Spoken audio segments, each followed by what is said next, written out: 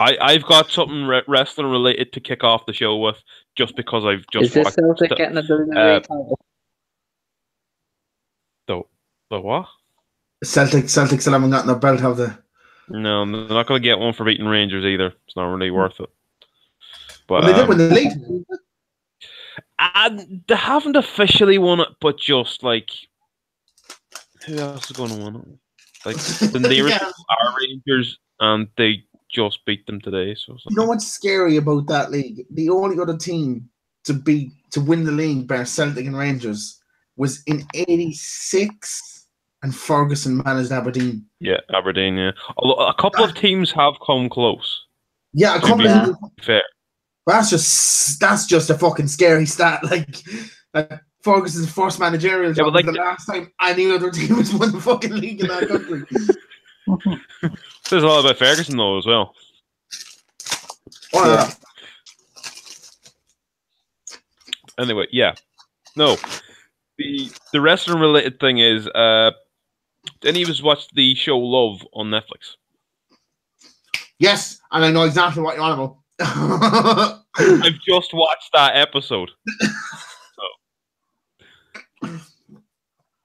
So I was there's wrestling in the episode, which is quite good. Woohoo! And not just like with some, but with real wrestlers. Yeah, with real wrestlers. Yeah, let's go. Brodus Clay, Christopher Daniels. They're the only two I could recognize. Yeah. Which one was this? And Victoria and Gail Kim, they were the two females that were wrestling. Yeah. I was thinking that was them. Yeah, so. Because even when Victoria came out, I was sitting there going, that's Victoria. Yeah. I don't know why they know this. It just, that's Victoria, has to be. And then the cat was when she got hit with the chair, I went, that's it, that's Victoria. Yeah, definitely. It took me until the second angle for Gail Kim. I didn't get her the first time when she was doing her entrance. Yeah, I didn't get her the first time either. I was kind of thinking maybe it was just a generic Asian wrestler. Oh my god. But yeah. So yeah, any wrestling fans that were looking for something to watch Netflix, but it's only really one episode. I don't know if it features in any more episodes because I haven't finished the new season yet. I haven't either. I don't think don't spoil it for me. It's sad that got cancelled as well. What got cancelled? Love. This is the last season of it.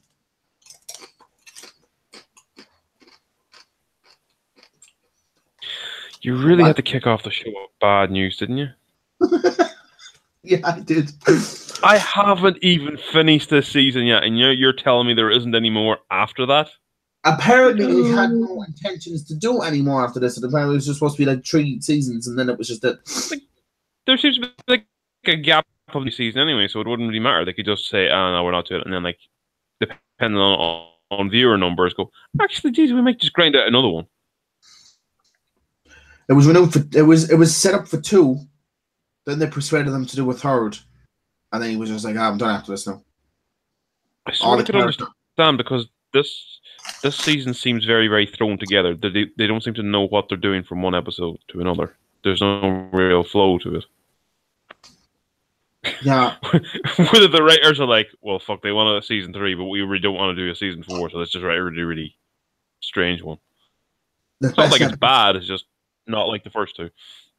Yeah, it's not like the first 2. I think the first one is the best but I'm gonna set off for better. I'm gonna continue this with some better news though.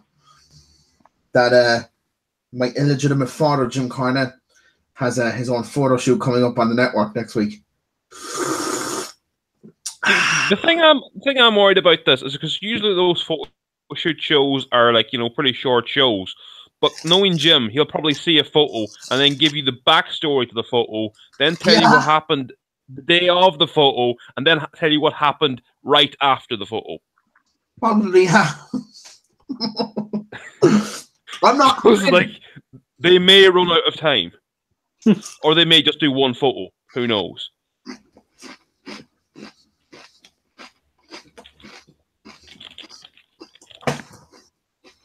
I'm just glad that he's still getting involved with the WWE.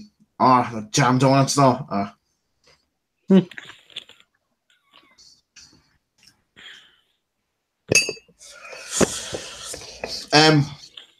Stuart Roach put up. Jesus Christ. He put up Jesus Christ. No, saw a snap there from fucking Rachel, who might be watching on. I don't fucking know. Apparently, Brock Lesnar refused point blank to wear his gloves and a t-shirt to the ring for that match against The Miz or Kane or whatever. And I straight away, my brain straight away went, that probably makes sense for them to either leak it or confirm it by putting a video up to make him go out with the whole like. Hold on a second. Does he ever wear a t-shirt out to the ring? Yeah. Not when he's wrestling, no. So what the fuck? I've heard of it. At this point, I think he's more of it than anything. He doesn't give a fuck. He doesn't, and it plays better into the feud with Roman Reigns. That's straight away when I heard that, I went, "Oh yeah, that doesn't make sense." Yeah, it's all good and well at doing things off camera, but if they don't actually refer to them on camera, what the fuck's the point? Because it's the dirt sheets that are saying it, and they'll never refer to the dirt sheets. But it helps the storyline for them without it even getting mentioned. So yeah, so they're making a storyline without it being a storyline. So it's basically like, well, us, no, they have we're making our own storyline up in our own heads as to what's actually happening. But it was like the Daniel Bryan thing. It was like the Daniel Bryan thing. Remember when it came out first, Vince didn't want to push him, that no one actually saw anything about him. So then they waited until the actual Mania run in, and then they started calling him a B+ player to back up the stories that were on the dirt sheets without never actually mentioning the dirt sheets.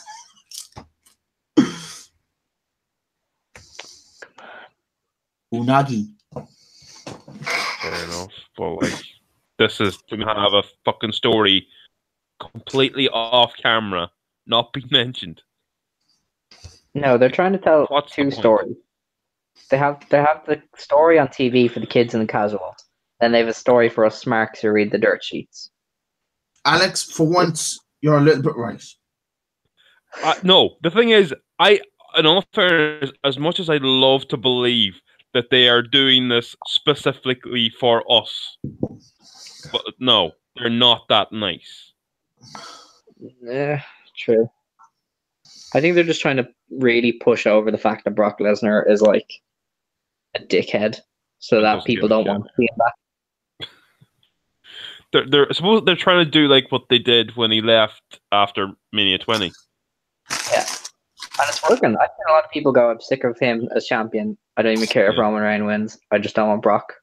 So if we could just get a nice chorus of boos for Brock during his entrance, would be great. Yeah. I've been into high. But then again, this could end up being just like Goldberg and Brock because they both got booed because both of them were leaving. But see, at least here, the two of them, at least here Roman Reigns is actually going to try and get on and put on a good match. Whereas in that match, no one cared. No one wants to put on a good match. They just wanted to get out and get the fuck back in. Yeah. I still can't watch that match unfold to this day. No, it's painful. No, it's fucking horrible. Bollocks, Randy. Actually, no. This is the first time that we've done a podcast since this, and I still want to mention why the fuck is everyone so obsessed with the WrestleMania 17 stage? I don't know. What the fuck? It's a shit stage, but it was a good WrestleMania.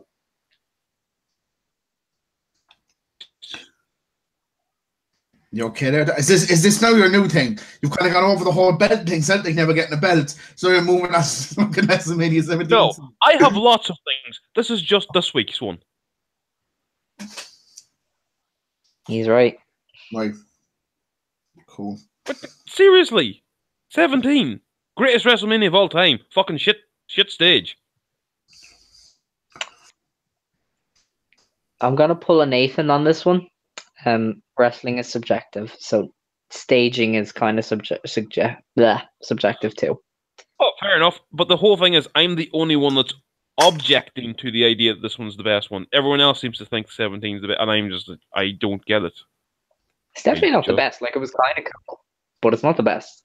I'd still go for WrestleMania. The only thing that's cool about that entire staging was the fact it was like nearly a mile-long entranceway. The fact that Undertaker had to ride his bike down it. that was the only thing that's cool about it.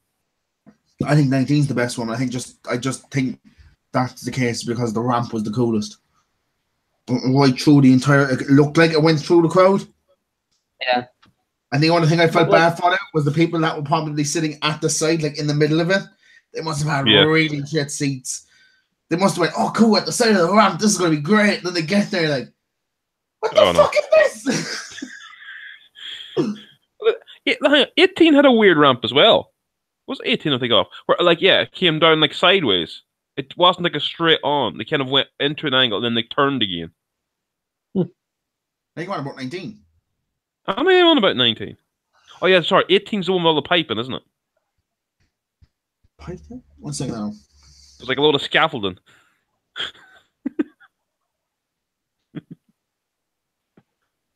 If I haven't remembered this correctly, I'll be quite disappointed because 17 and 18 Scaffolding, I think it's 17. Oh, yeah. Oh, shit, that's a cool fucking stage. Holy shit, that's a cool stage. How did I... Oh, that was part of the trip. It was recreated on WWE, the game. Yeah. Yeah. In the hallway. Yeah. Hey, I remember that quite well. Yeah, you did. Yeah. That's fucking cool. The scaffolding. What was on that card, actually, WrestleMania 18? Are you serious? Hogan, Brock? Well, that's it. Well, not that that's it. It's not that that's it. It was Triple H, Jericho. Yeah, Triple H, Jericho, where Triple H... Then you had Scott Hall versus Stone Cold. Oh. Ric Flair versus Undertaker in no disqualification match. Yep. These are all so old. It's an interesting one. Actually, my favorite Mania ever is getting fucking talked about in Bruce Pritchard's podcast next week. They're doing WrestleMania 19. Ooh. Which one? 19. All right. Was that the one 19 with Sean and Chris, or was that the one after? 19. Yeah. Not that. It was 19. 19 is Sean and Chris, yeah, and then you have Sean and Chris. Kurt and Brock, is it? Oh my god! Fucking move to the card. Kurt and Brock. Kurt and Brock. Yeah. I just kind of know. So you have the absolute classic with the Un-Americans. They're not really the Un-Americans yet. Versus Chris Chief Marley and Lance Storm with Bubba Ray and Devon defeated Kane and Rob Van Dam for the World Tag Team titles. Matt Hardy in the midst of his fucking Magnitude Facts gimmick. Yeah. Where he shed all that weight. Remember, he shed all that weight to become a cruiserweight, and kept losing matches. He shed all that weight. Yeah, and then he kept shedding the weight, and he kept losing matches in the build-up to it, blaming the fact that he had to shed all this weight. So he was like too light, or he was tired, or it was fucking great. Undertaker, who was supposed to be. I want to say, I'll take that version of Matt Hardy over broken Matt Hardy any day of the week. Yeah, that's not really getting over, right, is it? Ooh. Undertaker. No, don't say that. That's what Alex wants to hear. Matt's doing great. Matt, he's fantastic. He's Universal Championship written all over him. Yeah. This feud's going to go till SummerSlam.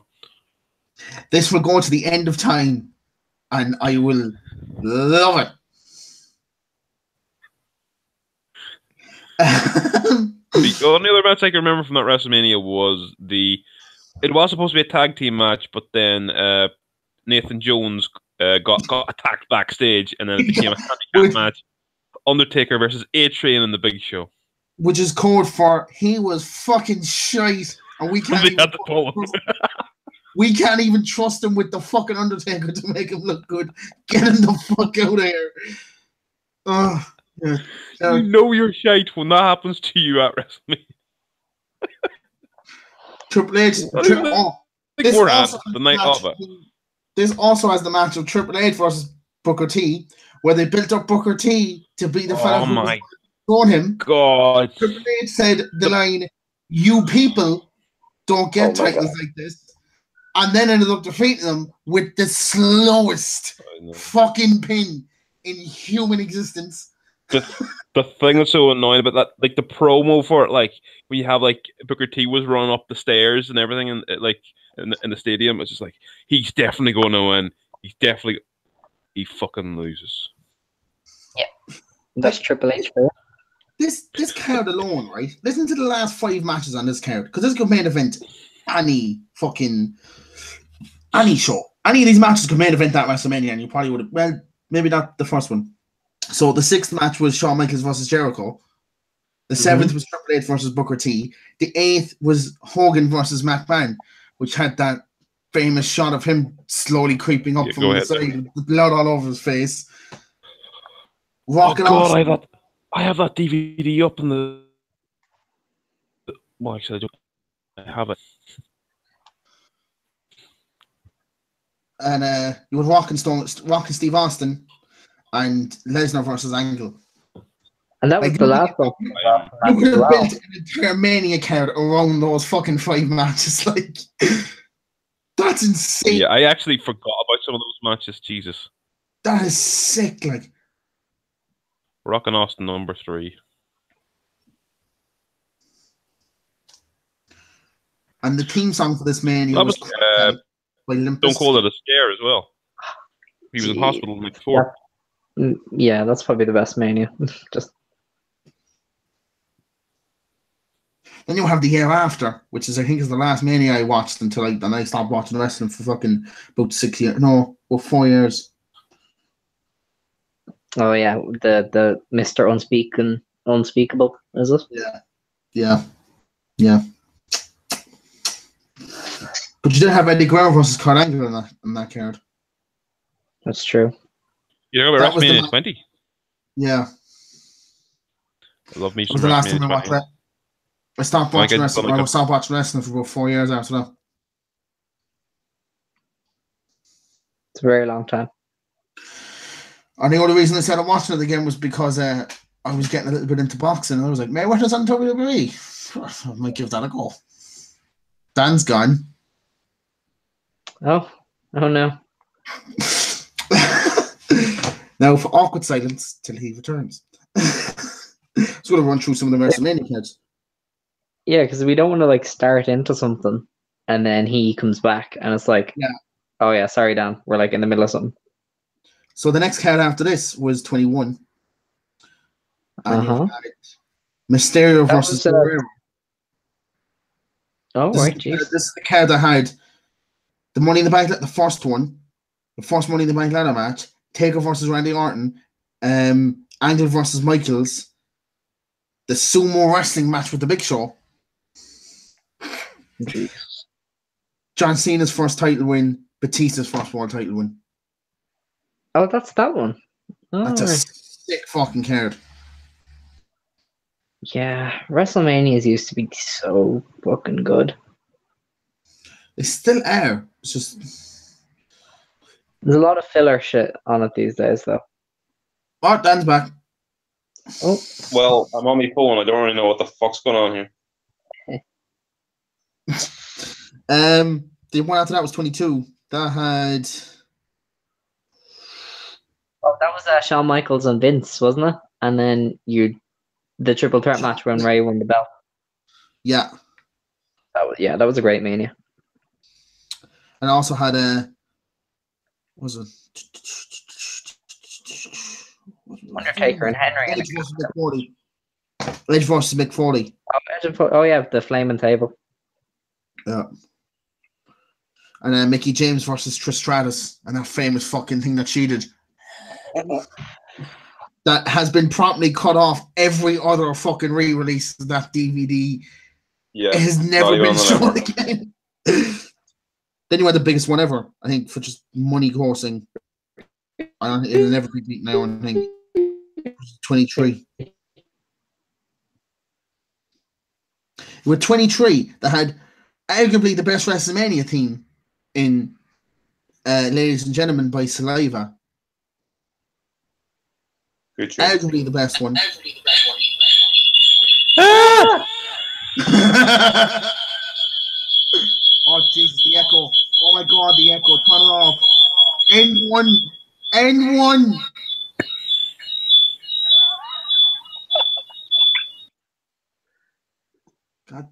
Damn you.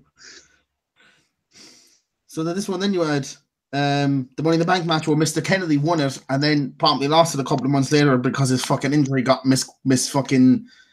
diagnosed. Khali versus Kane, classic. Aaron. Benoit versus Kelly versus Kane. Yeah. That was the opening match. Just to kind of I hate to quite the crowd down a bit. Your audio is Whose? Oh, Alex is gone. I'm assuming it's me. Wait, then you had that dreadful ECW Originals versus the New Breed. What WrestleMania are you on here? Because I kind of went in and out there a couple of times, so I don't really know 23. where we are anymore. 23. So I think that might have been one of the last manias I saw. And that's when I zoned out then for a while, so I missed some really good manias then. I seem to have as well. This one was the biggest one though. When you look back, well, not just the biggest, just in money terms, this will never be beaten. 23, is that the one that had Trump on it? Yeah. Yeah, that's the last one I seen. So I missed 24, 25, 26. 27 I was just coming back into it, but it was just after that. So then 28 was the next one. So I missed good 4 manias there. Then there's my one, the one that I came back for. Which one's? And that pizza in the freezer for me. Like put it on, keep a night. I want chips as well. Star straight. No, pass me there, son. What? Won't pass me there, son. Yeah, but you keep an eye there. My mum. I'm not going to be able to keep an eye. No, I can't. Here, do you want me to set a timer? I can set a timer and I can let you know. How long does it take? How long is it going to take? Tell the fuck off.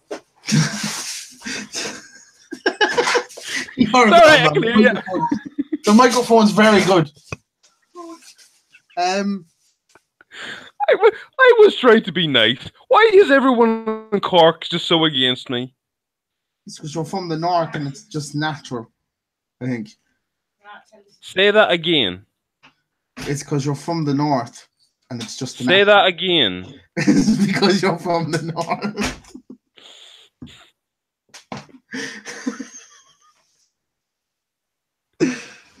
You have that dialect that makes me think you're going to bomb me anymore. Say north one more time. There's a chip on, you keep an eye there, so I want some chip. You have the fucking chip.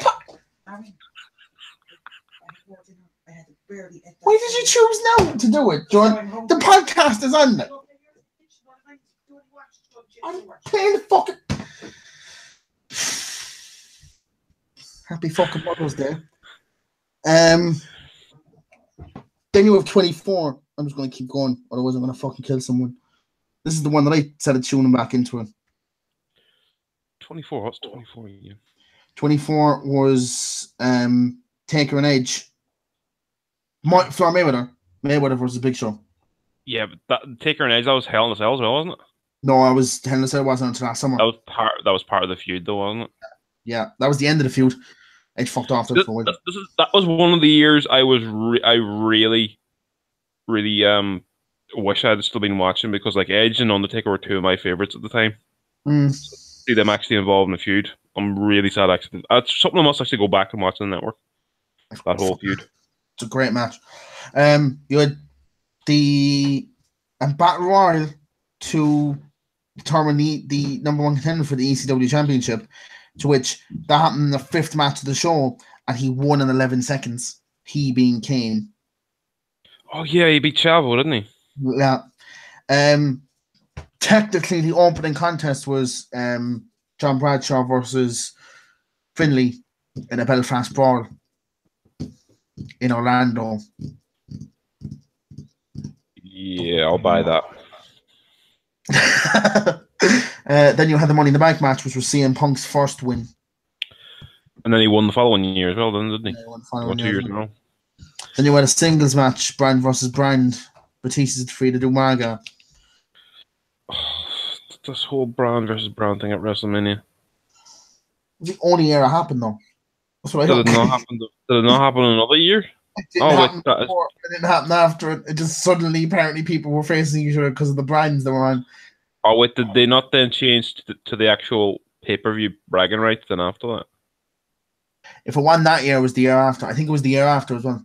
Because that was the Yeah. one. That was the year that Jericho had the belts with Big Show. Jericho Yeah, Show. both of them. Yeah. Michaels versus Flair. Then really showing you how far the women's revolution has come. Playboy Bunny Mania Lumberjill match. Where Lumberjill. yes. Well, at least they were being politically correct. I suppose. Which was won by Beth Phoenix and Melina, who defeated Ashley and Maria. Jesus Christ, the Divas have come far. Fuck me. Then you have Randy Orton defeating John Cena and Triple H, where Randy Orton had to give up the belt the very next night because he bust his collarbone getting thrown out of the ring. Mayweather versus Big Show, and then Undertaker versus Edge. That is not a great Mania in hindsight. I think that always Half has of it is good though. Yeah, I suppose. Then you have the most disappointing one. 25. 25. I do not like 25. So CM Punk won his second Money in the Bank. The Clones unified the tag team in the world tag team titles. Santina Marella won. Hang on a second.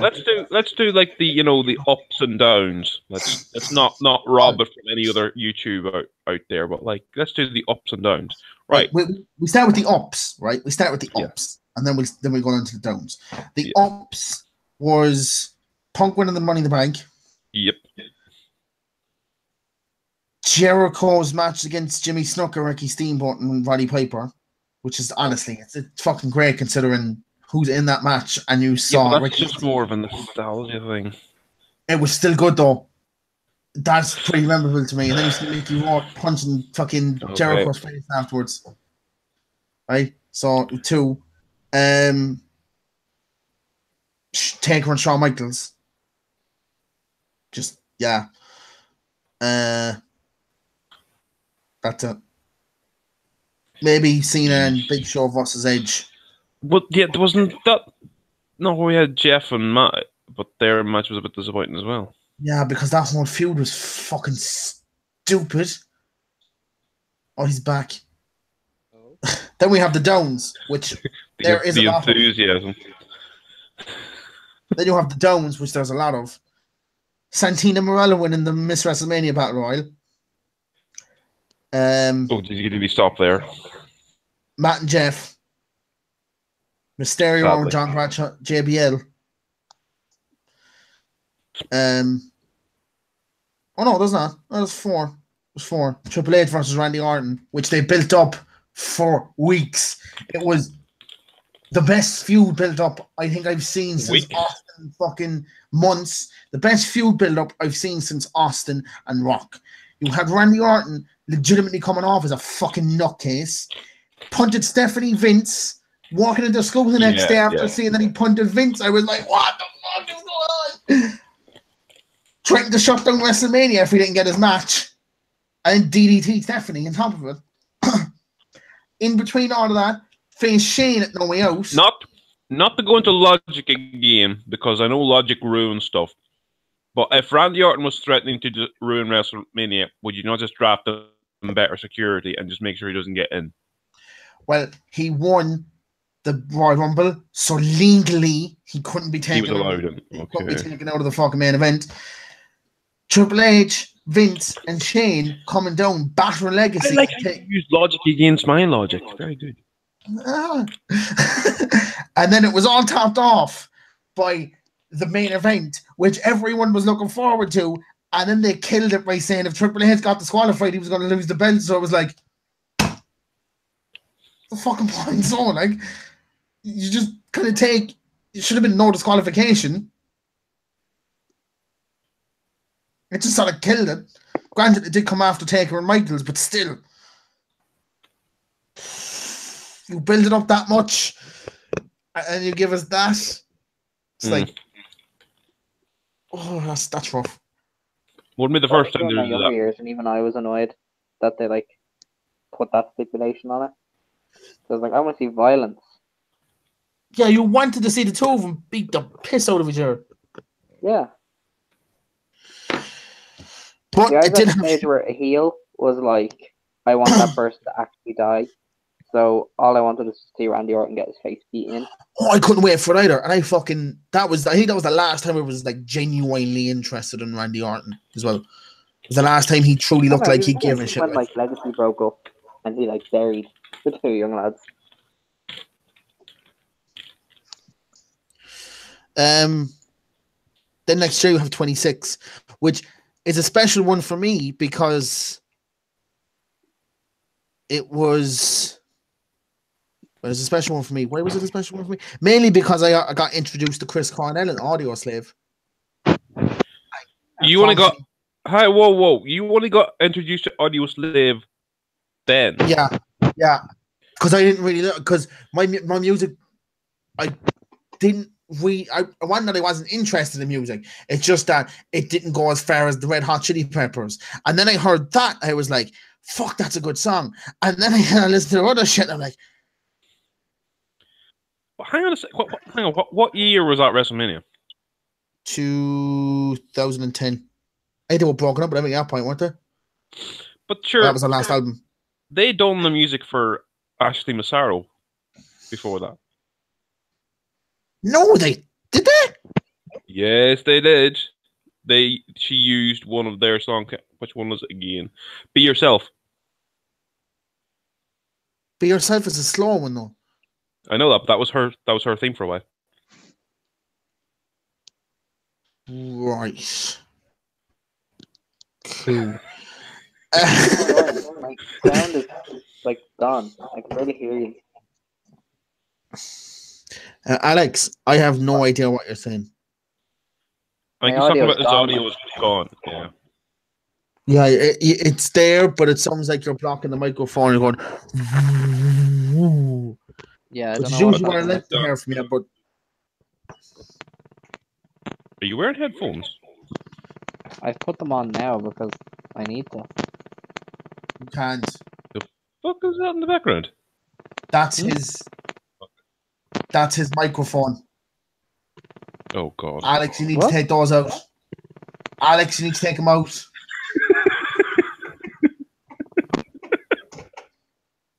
But then I can't hear you. there's no sound coming out of your phone. Oh, it's back now. Oh Jesus. Back now. Yes, I fixed it. Right. So this one, all right, I'm gonna have to put on my mum's chips there. Alex, you missed that. It was hilarious. Yeah, I was just gonna say to you, you keeping an eye on the chip pan. I know. See, the pizza is on, but I need to put the chips on now and then keep an eye on the chips. So I got two jobs. Wait, why are we going to WrestleMania cards when it's not WrestleMania? WrestleMania season. News this week. Because Fastlane is on tonight and it's not really worth talking about. We have to do some sort of prediction thing for it. Yeah, we should. Like they're obviously they're not going to count for anything because our predictions don't really count for anything. No, but we should still talk about it. But then again, it's Fastlane, and I didn't even know it was tonight until earlier when somebody was like, "Oh, Fastlane's on at 12 tonight instead of 1." And I went, Fastlane. I was just going to say that as well. The thing I was worried about is it's like I haven't watched SmackDown for the last 3 or 4 weeks because the build up to Fastlane has not had me interested in the slightest to watch SmackDown because nothing was happening. No. I learned more about Fastlane by chatting to my cousin earlier today than I have in the last couple of weeks. He knows more about it than I do.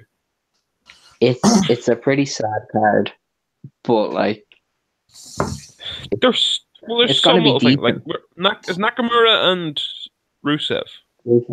Yeah, that could be interesting. You know what though? If Nakamura squashes Rusev, I could see the fans turning on him a little bit. Because they fucking love Rusev. But they're not in love with Nakamura. He just doesn't work in the WWE as a face. He never worked as a face. He wasn't a face in New Japan either because he just doesn't do it well. Right. His charisma works better as a heel. He's meant to be this swaggy, charismatic dickhead who knows he's better than you. and that's what he should play up. But in the WWE, they're like, I know, I'll have him as a goofy face who does funny things with his knee. If he wasn't working, they wouldn't have put him in the WWE title match on fucking WrestleMania. Well, no, like he's one of the They're biggest stars. doing it because they want AJ Styles versus Nakamura. That's it. That's true. Yeah, pretty much. Like, there's been zero build to AJ and Nakamura. Fans just want to see it. Plus, he's really the only real Japanese guy they have, so they're pushing him for that because they're trying to recreate. They're just doing the opposite of what New Japan did for Wrestle Kingdom. Yeah. Right, let's continue on with the cards because I'm finding this fun and there's only a couple left. So we're going to start getting to ones I'll actually know. We're getting into a shit spell here, though, aren't we? Like 27. Oh God, yes, we are. This is so these are the exact reasons I stopped watching for so long. Yeah. So on 26 now, the Rock and John Cena dominating, which was fun, but the undercards were horrendous. Well, I mean, Shawn Miz. Wait till you get to them. Oh, for fuck. So the opening match was Shawn Miz versus John Morrison and R-Truth. Oh, yeah. What? God, that sounds horrible.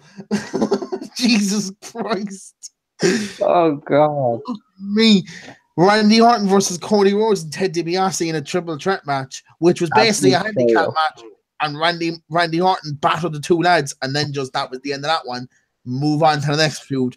He just buried them. Jack Swagger versus Christian, Ziggler, McIntyre, Bourne, Kane, Kingston, Matt Hardy, MVP, and Benjamin. Sounds like a good match, doesn't it?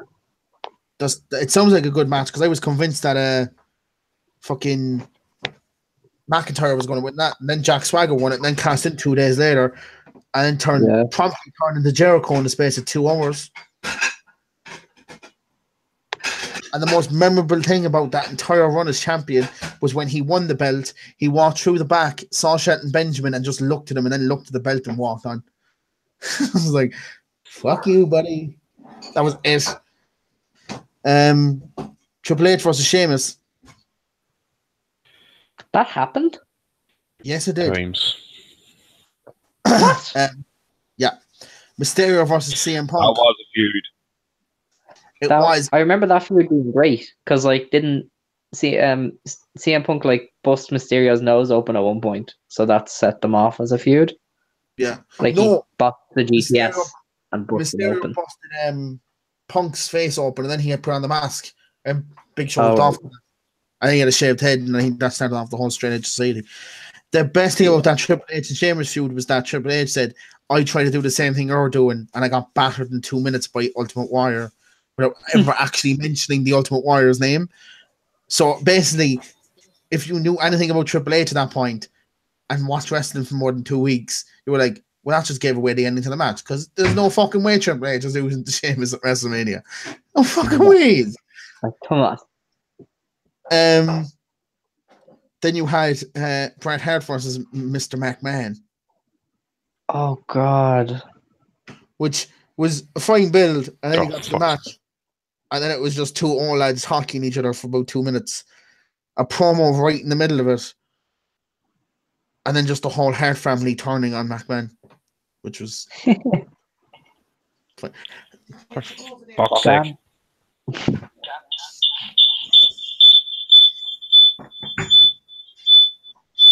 It's not over here.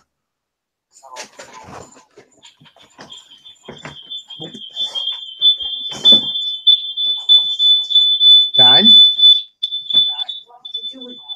He's got it on his laptop and his fucking phone.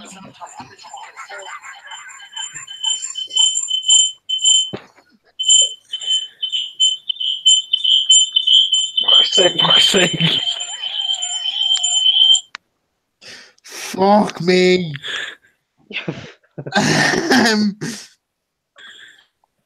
Gee, I lost my train of thought. Right. The romance keeps going on for a second. Then you had Jericho versus Edge. All right, that was a good build, wasn't it? That was alright actually, because I had Edge coming back well ahead of schedule, coming into the Rumble. Yeah. Like, what the fuck?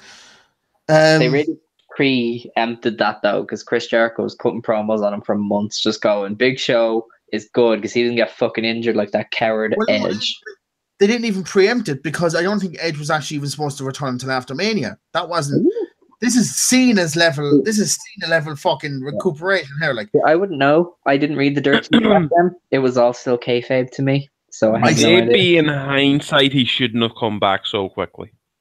Maybe. Yeah, when you think about it now, maybe he probably should have just let it go. But I mean, if he thought he was fit, and they thought he was fit, why not? But he came back, and then This is probably why they've never pulled the plug on the likes of Seth or Finn over the last couple of years. You know, then another testament, another testament to the women's revolution. You want a 10 diva tag team match.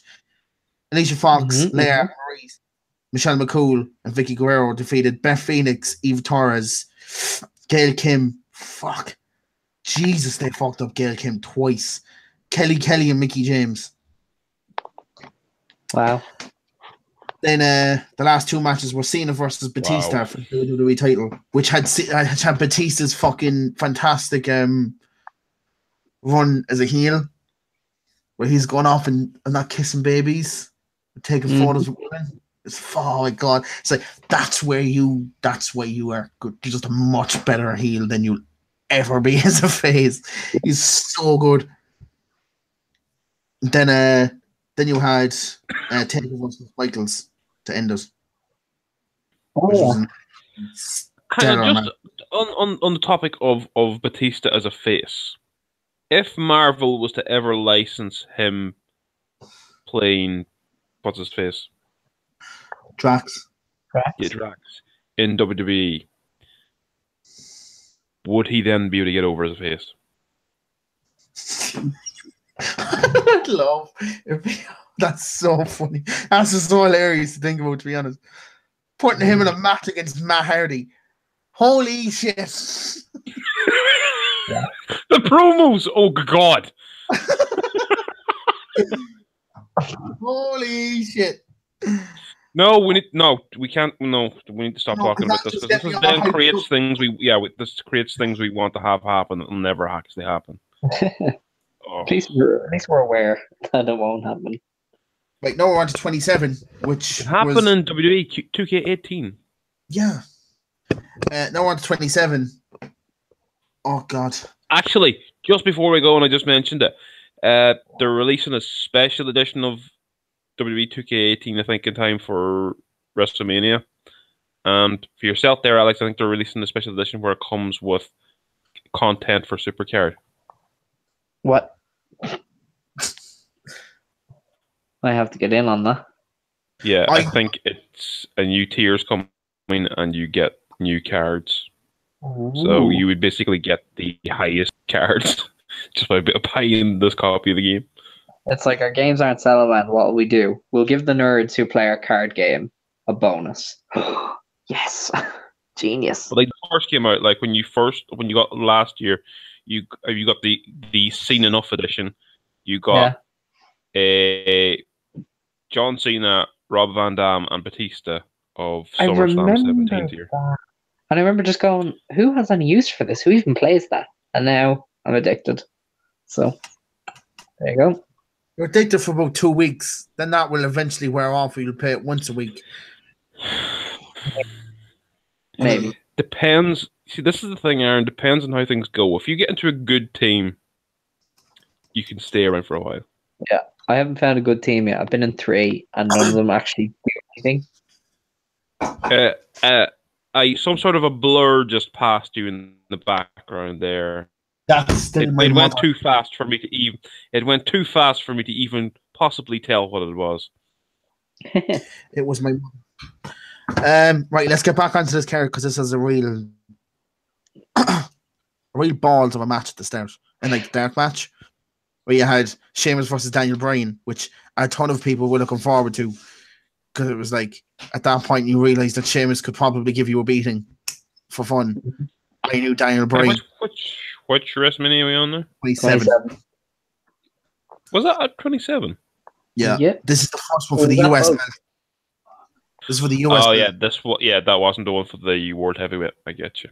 No, that was the year after. That's where I got confused. it was the same disappointment the year after because everyone was still expecting the two lads to beat the piss out of each other. It was like 6 seconds. Cool. In all fairness, they had a better match in Dublin. Yeah, the match in Dublin was good. It's one of the few things I remember from that show.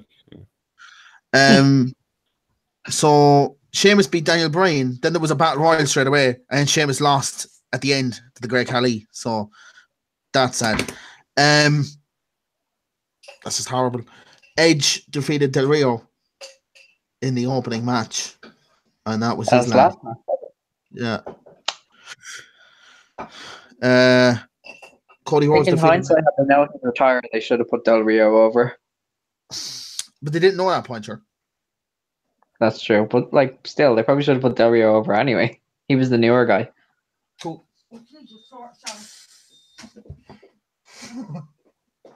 That was my mom shutting off the lights.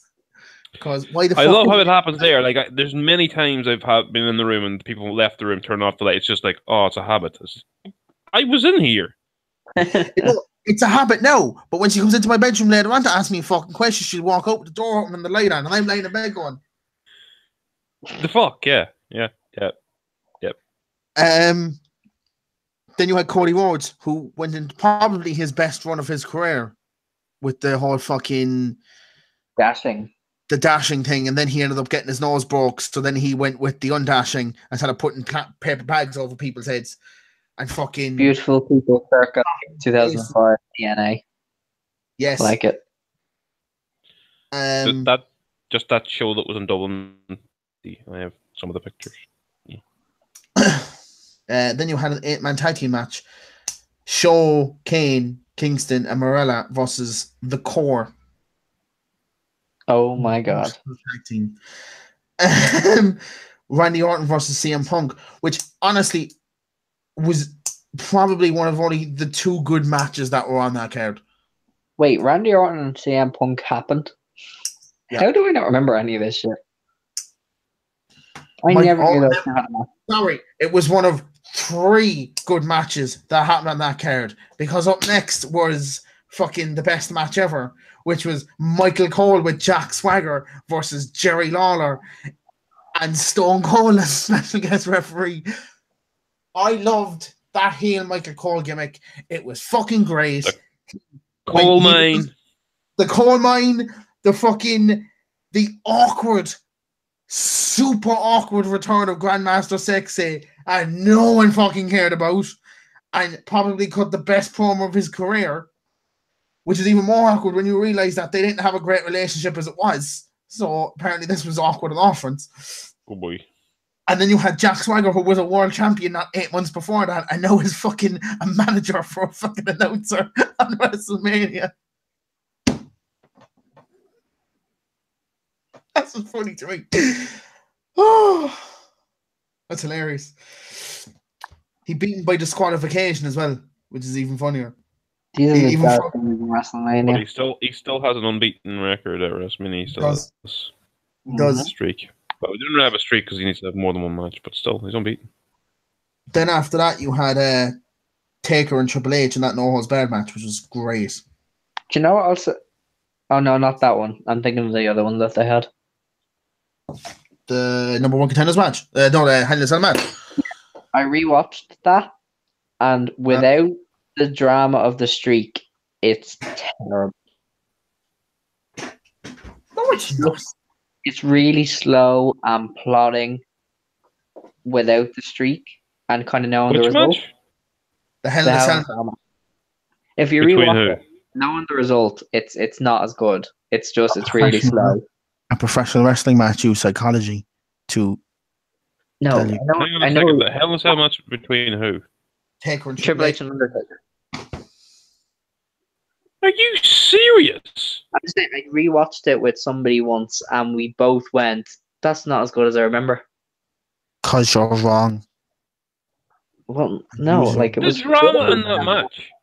What? Well, on rewatch, it's not as good. Without the drama, come on, no, Jesus, no.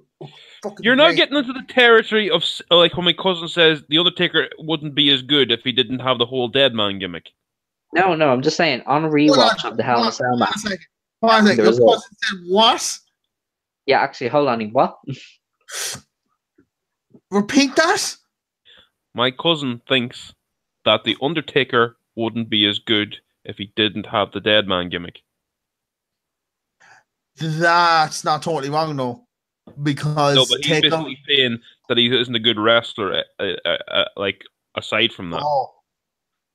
I mean, he's not the greatest in the world. And obviously, the gimmick helps, but see, all you have to walk off of is his early shit in WCW and the American Badass. not great American Badass gimmick from the early 2000s, which Whoa!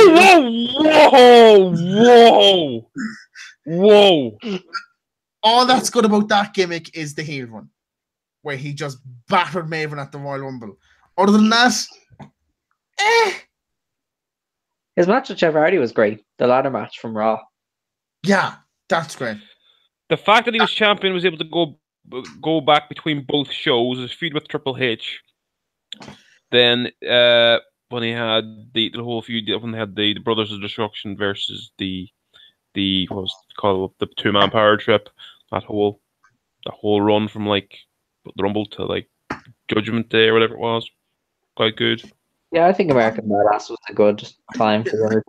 I think as well, when you look at it, he clearly looked like he didn't give a fuck, and not in a good way. And he also looked grossly out of shape. Even now, he looked grossly out of shape back then. Yeah. I was literally about to say, he was in great shape then, but then I realized, like, no, No, he was not. No, he wasn't. And in hindsight, does the gimmick, in the grand scheme of things, make any fucking sense to who he is? Yes, because it's more closely to what he's like in real life. No, that I get. Seems fairly like dead and placid in real life. I know in real life he's more like that, but no, but he's like big into his bikes and all that kind of thing. So I know that. But I mean, like, in the gimmick, the Undertaker gimmick, does that make any sense to the rest of it? No, but like, well, you're actually talking about the whole, like, proper, like, dark he's dead, side, like Undertaker, and he was buried in a coffin, but then he shot lightning at the coffin and arose from it, and he basically became Jesus for a few hours at Survivor Series. Yeah, it doesn't make sense, but like, like, it was basically the biggest exaggeration of a wrestler that had a day job. Yeah. And that basically, because of the whole mystique around what Undertakers do in general, it's like, would argue. I probably butchered his name, but Papa Shango would probably argue. Papa Shango? What are you bringing Papa Shango into this for? Because he also had a day job as a voodoo doctor, but he was in the WWE. He could cast spells on his opponents. Oh, you know. I thought I wasn't trying to say it was like the greatest or the most bizarre. I'm just saying, like, it was exaggerated.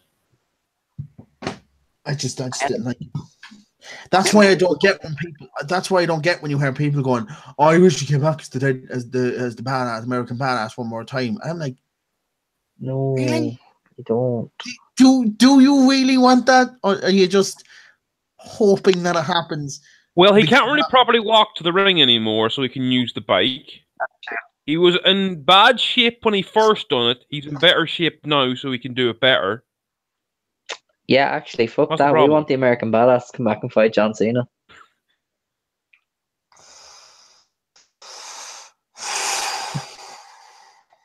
I'm just gonna move on. This even depresses me more, so I don't even know why I'm moving on. The next match, the co-main event of this fucking show, was John Morrison and Snooki and Trish Stratus. Oh God!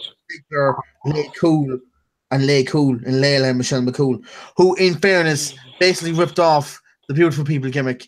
And at that point, I was a super TNA mark, like TNA mark, like one of those annoying New Japan marks now. I was like, everything WWE done was shit, but TNA were like the best fucking company ever. And it took me about 2-3 more years before I realized this is shit, dude. I think I tapped out about when everybody else tapped out, and that was when Brooke Hogan got involved in the fucking Aces and Eight storyline, and that's why I was like, yeah, I'm done. Just on the Aces and Eight thing, I remember I was watching the clips of Aces and Eight forming this recently, and YouTube was like, God, they were glorious times. The only good thing that came from that was Bully Ray. Yeah. Mm. Do you know? AJ was great in it. Like a nice heel AJ, and he had his own cool little music and everything. That was really good until he then chose TNA. So started with his new music, and then eventually it just turned into his original music. And then it just died then. He won the belt. He didn't show up for a couple of months. He lost it to Magnus, and then that was it. He never showed up again. To be the Bullet Club leader. He fucked off to be the Bullet Club leader. He did fuck off for a couple of months and fucked off to Japan to be the Bullet Club leader. And a year later, he was fucking. The one thing I will say is, I still like the fact that he's still wearing the leather waistcoat. Yeah, he kept a couple of things from that gimmick, which was quite cool. The whole leather waistcoat and the hood and fucking coming out like that. That was quite cool. But it's like even when you think about that gimmick, it was only what? How long was he away from TNA at that point before he came out with that gimmick? He was away for a couple of months, wasn't he? Yeah. You look at even a couple of months before that, and then this one, it's like two completely fucking different people. There's a proper fucking change up from what he had. Like. Yeah, he really just kind of went, "Fuck it, I'm going full on into this, dark side character."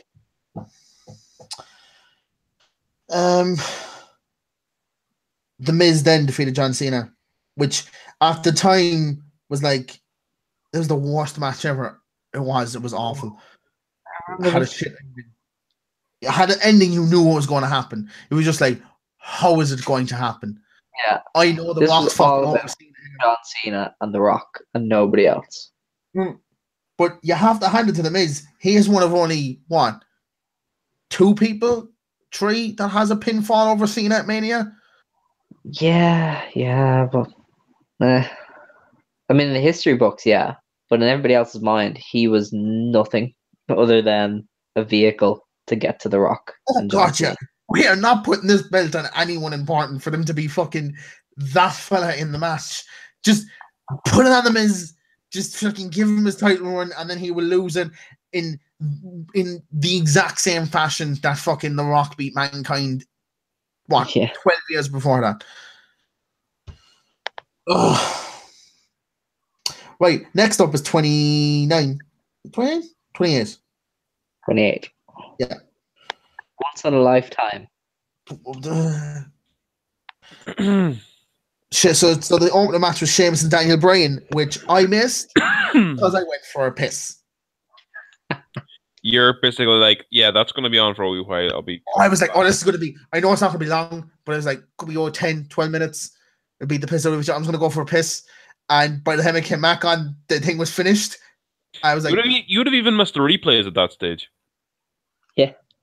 I got the replays, and I went, did he kick out of it? And then the 2 lads sitting next to me going, no, he lost. What? What the fuck happened? And then I realized what actually happened once I watched the replays. Really? God damn it! Why? Then you had Kane defeating Randy Orton.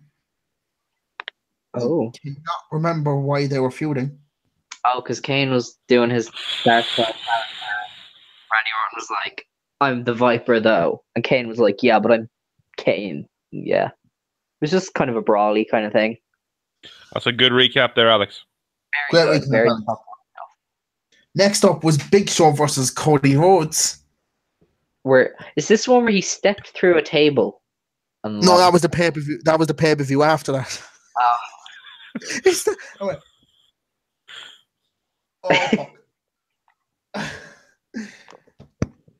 I want to believe that was a total mistake. I know it wasn't. I want to believe it was. Could you imagine him like, oh shit, I have to get off the apron. Oh shit. Yeah, you think that like my legs are going to go for me if he hits my knee? I'm going to stand on the apron next to a table. That's not going to be bad. This up next is Kelly and Marina Menounos versus Beth Phoenix and Eve Torres. I'm going to ask ye, who do you think won the match with the celebrity in it? The celebrity? Ding, ding, ding. What do I win? A little bit of self-respect. Not a lot. Yeah. Just a little. Copy of WrestleMania 26. Oh, Jesus. Triple H versus The Undertaker in a Hell in a Cell match. Fight me. That's Triple H's best Mania match. Bar none. Probably. I liked the one against Jericho. I thought I had a very good build. Yeah, I suppose. Oh my God. Like he came back from injury, wins the Royal Rumble, and then wins the undisputed title at WrestleMania. I need Beating to his enemy who is working with his wife. The build for Triple H was fine, but it was like, oh no, Jericho wasn't involved. Yeah, Jericho's not involved in a build for his world title. Yeah. And I'm assuming you read his autobiographies. He always found it funny that he had to lump around the two big fucking heavy belts for like 6 months, and then the day after they unveiled the undisputed belt. And he's like, really? Fuck you guys. Up next is Team Johnny with David Otunga, legend, Dolph Ziggler again, Drew McIntyre, Jack Swagger, Mark Henry, and The Miz. Jesus, The Miz fell hard. Fuck me. With Brie Bella and John Laurinaitis and Vicky Guerrero. Jesus, this is a close one. Eve turned on Zack Ryder to end that. You tried to get over by yourself. Was this not part of the whole like? It was just so short. It was only like 6 minutes, and it was terrible. It was like 10 minutes. Why? Hang on, was that not part of the whole thing? Then after that, when they had the feud with Kane. Yeah, that was when he pushed him off the stage in the wheelchair. Yeah. Oh God. With John Cena. They really fucked him up, didn't they? You think about it now, it's like, holy shit, you had a fucking legitimate fucking star in your hands and you fucked that up so easy. To get who made himself. Yeah. No help, like. Out of booking wrestling that when he has a bona fide star on his hands, he buries them. Up next was Punk and Jericho for the WWE title, which was a shit feud, but a great match. I really like that Punk feud. And Jericho? I actually, do you know what? CM Punk's entire WWE run just flows right over my head. You've mentioned every Mania match he's had, and I've gone, he was on WrestleMania? Oh. And then The Rock versus John Cena, which honestly is fucking great. Yeah, to be fair, I love that. When I was at that age, I was like The Rock's #1 fan. He was my favorite wrestler ever. Could do no wrong. I was like, he's back. He's finally back. He's fucking back. I stayed up both years to watch WrestleMania just to see him. I fucking loved that shit. Wait, sorry, which WrestleMania are we on now? 28. The one the first one. Yeah. Yeah, the one that was only meant to happen once in a lifetime that you're never ever going to see again because this is never. The Rock is my favorite superstar of all time. Yeah. But in the build up to that WrestleMania, John Cena made me hate The Rock. Don't. John Cena brought some home truths to the forefront that I couldn't help but agree with. Oh yeah, you're just like, I'm supposed to boo you. I've spent the last 5 years of my life booing you. Don't make me cheer you, you prick. Yep. don't you bring the logic. Not now. Yeah. But the fact that he was because for most of that build up, The Rock was via satellite. Yeah. Which and it makes it even better the year after, to be honest. I enjoy it more the year after. Because, yeah, I just enjoy it more the year after. So this is the year after, which had the WrestleMania debuts of The Shield, as they defeated Big Show, Randy Orton, and Sheamus. I'm noticing a pattern here. Ever since Randy Orton won the title at 24, he has been in shite since. Yeah. He's not had a great kind of history at Mania. Apart from 30. Apart from, yeah. 30 is the only good match he's had since. And really the only good match he's ever had at Mania, I think, the only one that's truly memorable is his one against Taker. Well, did he not have one with Mick Foley at Mania? No, that's Edge. No, that was Edge. And then he faced, Randy Orton faced Mick Foley. Backlash. The only match he had that involved Foley was the tag team match when it was Evolution versus The Rock. Evolution at WrestleMania 20, and that was that wasn't a great match. No, it wasn't. Oh boy. Then you had match quality. Then you had Mark Henry versus Ryback, where they were still trying to build Ryback up as the next big thing. Was this actually, because I wasn't a part of the internet wrestling community at the time, so I had nobody to ask. Did he botch that finish? No, I don't think so. Because he lifted him up for cell shot, and he falls on his head, and then it's like he does it after the match anyway.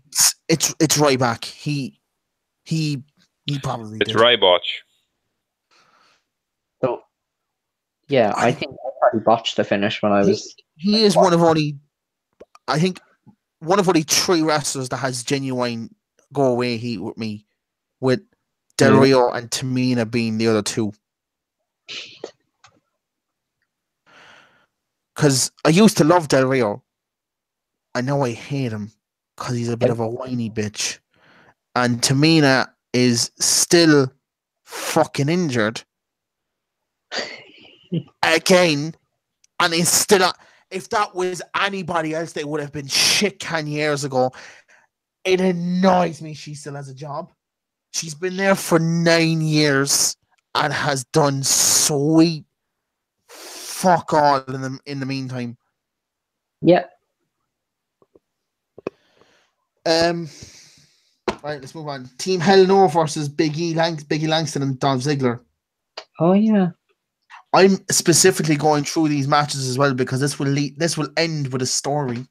Do you remember back when Biggie was with Dolph Ziggler and he was a heel, and to see him now as part of the New Day, it's like I missed that Biggie though. The Gimme 5.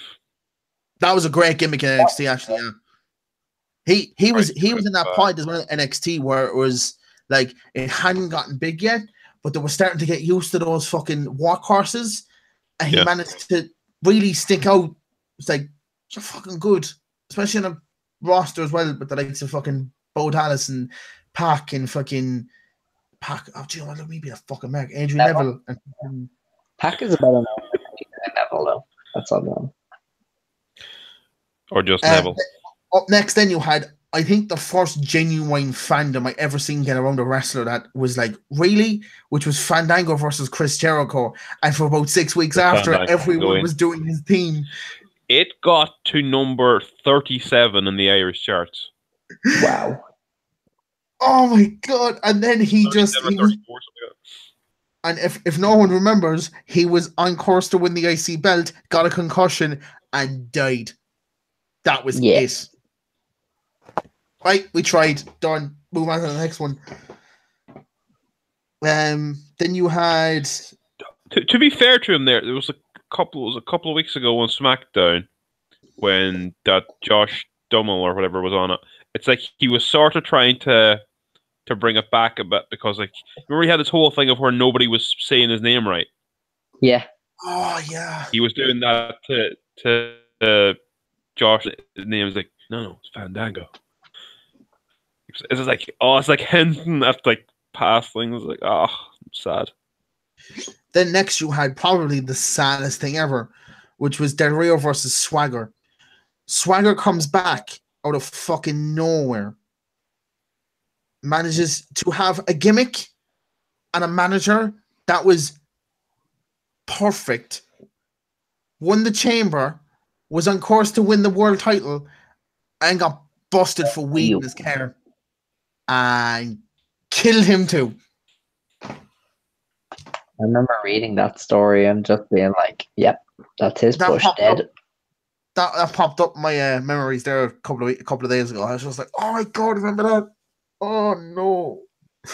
And they had that fucking weird feud with fucking Glenn Beck or some shit. And they broke character on a promo. Remember, there was a time people thought Jack Swagger was good. Jack Swagger is good. No, but people thought he was a future world champion and like going to be the face of the company. But now you're looking at me like he was like, all right, but he's no charisma or nothing. Yeah. And what would have become of Jack Swagger if he hadn't got that been busted for the weed? Yeah, he's the kind of guy that he kept pushing, but like the hardcore fans would just keep going, yeah, we don't like him. So, in all fairness, he was just like a bulked up Kurt Angle. Oh, for a while there, I wanted that Kurt Angle Jack Swagger match. Well, because he was the American, and he had an ankle lock as his finisher. No, so he was the all American. Yeah, fuck's sake, Dan, get it right. Jack I wasn't trying to do it right. I was just kind of going for a very, very generic thing. Oh. Then next you had Punk versus Taker, which fucking fantastic. Considering that Punk did most of that on his own with help from Heyman, because Undertaker wasn't about all that often. This as well, when you look back, is probably the start of him quitting the company. Because he had his match with the Undertaker and it wasn't the main event. And he didn't get the money for it. And he wanted to be in the triple threat at the main event. So you wouldn't fuck the fans out of once in a lifetime. At least say it was a triple threat, get knocked out in 5 minutes or whatever. Just give me it. Please just give me the fucking main event. I'm giving you one out here so people won't be pissy at you. Like, then you had Triple H versus. Then you had that weird point where Lesnar came back and had no real focus. Just on that whole thing about the once in a lifetime thing. Yeah. WWE have a very, very checkered past of just doing that and just saying fuck you and then redoing it. Like they did the same with Rock and Hogan. To be fair though, they probably thought that we'd never get the chance to do it again. But Rock and Hogan was different because Rock and Hogan was icon versus icon, and they knew Hogan was sticking around. And the next time they did it, they didn't do it at Mania. They did it at No Way Out. Oh wait, yeah, still there was an out there at least, and it wasn't built up as being as big. Do you know what I mean? It was a gimmick match more than anything if you think about it, because that led up to Hogan and Vince. True, but just saying. They're redoing I know it. I know trying to get across, but it kind of it's not really the same. At least I don't think it is either. This was just a big fuck you to everyone. Just, nope. Then you had Cena versus The Rock. Oh yeah, and Lesnar versus Triple H, which was that weird thing where they had Lesnar, but they didn't really have anything to do with him for a while there. It's like, oh, we have him. Yay. Slap him in a match feud with Triple H that, in hindsight, didn't really lead anywhere. No. God bless those steps. Up next door is arguably the best one. You'll make a good argument that this is probably the best Mania. This is 30.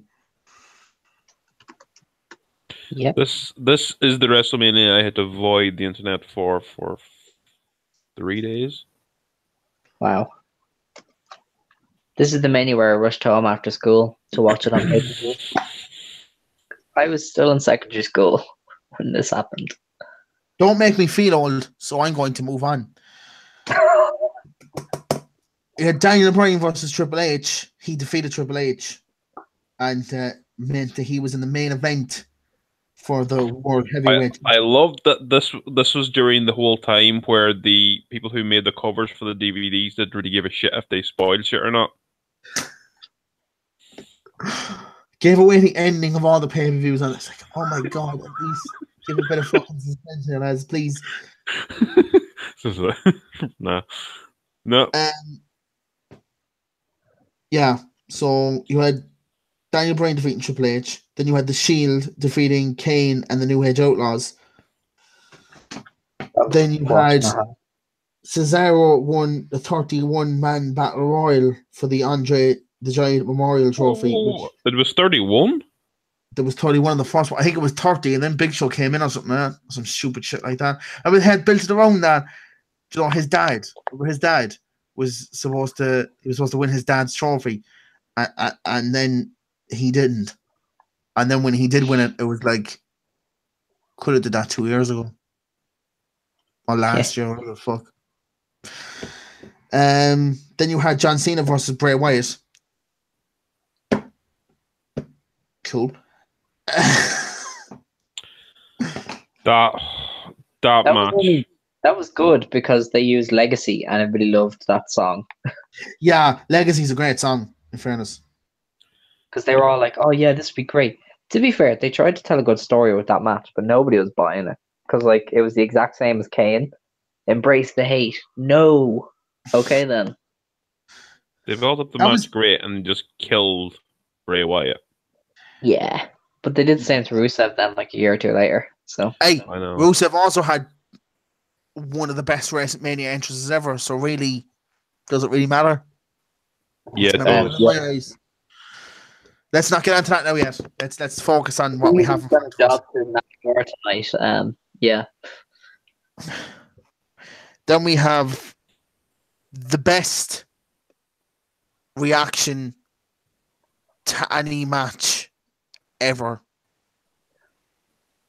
which was Lesnar defeating Taker and the whole world. That's how you introduced that match. Yeah. Because it convinced an entire section of the world that was a mistake. The music took too long. The fucking ref didn't know what was. It was a mistake. Yeah. Oh, remember the look on Paul Heyman's face was like, what? Actually, what makes it even better? Remember when he started doing his one-man shows afterwards? He made a legitimate argument that it might have been a shoot by saying, who was going to get pissed off if he did it? What was going to happen? You weren't going to fire Lesnar afterwards. If Taker was in it, they're not going to fire Taker. They have now the biggest fucking star in the company afterwards. The ref has to count three no matter what. You can't stop it fucking in the biggest match of the card. It was like, stop it. I believe this is a work. Stop making me think that it was a shoot, please. That was so fucking good because I'll never forget that. All I mean, like a couple of my friends were watching it going, he's not going to win it. Exactly where he was. It's like, he's not going to win it, lads. So, I mean, who could end the streak? And then we heard trio went. Yeah, what? I remember the build to that was so weird because they didn't even put Lesnar over as a potential winner. Everybody was like, I know, they won't give it to Lesnar. He doesn't need it. Literally everybody was saying that. Yeah, because he didn't need it. Now you look back here, like, he kind of did because it built on everything else. So... yeah. But at the time, people didn't know he'd go to hold the company in his hands for like the next 2 or 3 years. Then next after that, you had AJ Lee won the Divas belt against Oksana. Do we all remember Oksana? You mean Asuka? Oh my god. Oksana, the Lithuanian one who married Goldust. Oh yeah, she was the one who like married Teddy Long and gave him a heart attack, was it? Was that her? Yeah, I think so, yeah. No, was that not her? That's no, who was that? one. That's a different one. Alicia Fox, Brie Bella, Cameron, Emma, Eva Marie, Layla, Naomi, Natalia, Nikki Bella, Rosa Mendez, who recently said she can't wait to get back in the ring. And I sat there and went, what was the last time she was in the ring? I think this could be it, to be honest. I think that could be it. I think this actually could be her last match tonight that she was in. Like, she was basically just somebody who stood ringside. She was a manager for about 4 or 5 years. That was basically what she was. Yeah, for Primo and Epico. Whatever they were called at that stage. I don't know. They've changed their name that many times. I think they were still called Primo and Epico at that point. Or were they the Colognes? Yeah. Oh, yeah, they could have been the Colognes. Yeah. This is what I'm saying. They've changed their fucking name that many times. And then last, you had probably, I say, the best feel-good moment from any Mania ever, not including Redacted and Guerrero. Hang on a second. Are you not going to say that the following year didn't have a good feel-good moment as well? We're not on that. I know that, but you're just saying that this particular one was the best one ever, and I'm just going to say, is it? This one was, I think, because you had it in your head for so much of this feud that they didn't want him to be there, so he truly did force his. This was probably the only time I think the fans actually made a genuine change to our fucking WrestleMania card that can be said that it was an actual change that made sense. Yeah. Or so they'll make us believe. Yeah. Also, they'll make us believe, yeah. It's not like they had this planned out, I say, since November the year beforehand. Yeah, let's not ruin it. Yeah, let's not ruin it. Daniel Bryan defeated Batista and Randy Orton. Oh, the whole thing was great, wasn't it? That's just fucking fantastic. Depends on how much you like Daniel Bryan. Who was it? All of us like Daniel Bryan. Like Daniel Bryan or something. It was Amy who doesn't like Daniel Bryan, isn't it? No, she does. She just doesn't want to come back. Oh. Yeah, because we had that whole thing of like, would we want to come back or not? And she got quite angry at the fact that we kind of wanted him to come back.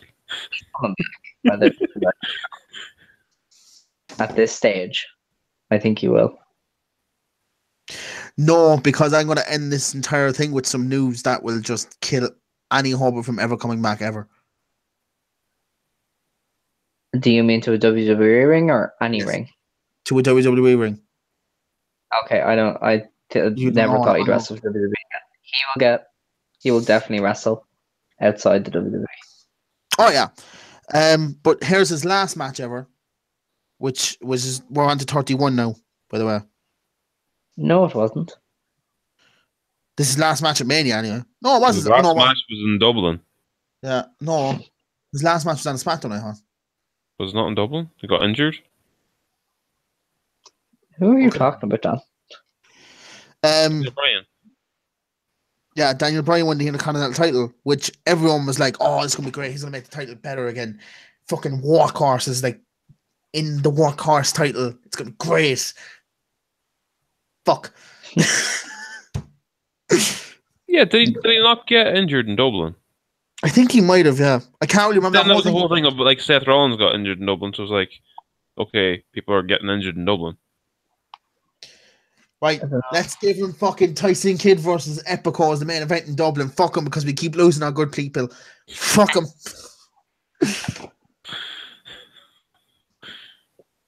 Could you imagine if they actually made that a main event in Dublin? I think the place would actually fucking riot. Here, there were some pretty bad shows in Dublin for a while, in all fairness. That's bound to have been in one of the matches. Up next is... So after that, him winning the Intercontinental title, then you had Randy Orton defeated Seth Rollins. Which, in hindsight, made sense. But we're not going to go there yet. Oh, no, wait, sorry. 30, I did see. 31, I didn't see. Oh, right. That's the one I had to wait for 3 days. I was there wondering for myself. I was like, no, I seen the Undertaker Lesnar match. I was like, there's no way I waited 3 days to find out the result of that match. Yeah. There's no way you're avoiding the result of that match. Fucking hell. Yeah. I was really getting confused there. Then you had Triple H versus Sting. Christ. Then you had AJ Lee and Paige versus the Bella Twins, and then 2 days later they said she retired, and I sat there and went, "What?" I think most people went like, "That's fake." I don't think anybody believed that at the start. They were like, "Oh shit!" No. Yeah, the fact that it was legit posted by WWE.com as well. It came out of nowhere. Yeah. So everyone then thought she was pregnant. Yeah, that was our instant thought. But then again, I suppose if we kind of looked at it more, just like considering what had just happened with Punk.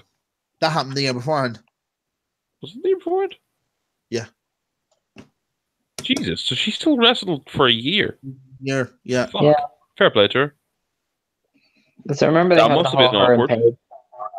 She took a break when Paige won the belt, and then she came back. I think as Yeah. well, that was around the time the lawsuit might have happened or started. So that's the reason Yeah. she might have quit. Yeah. Up next then was Cena versus Rusev, which Rusev had the best entrance ever.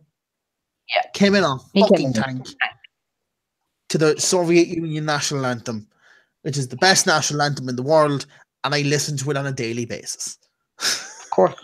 Oh, have you seen that video of it where the lyrics are kind of like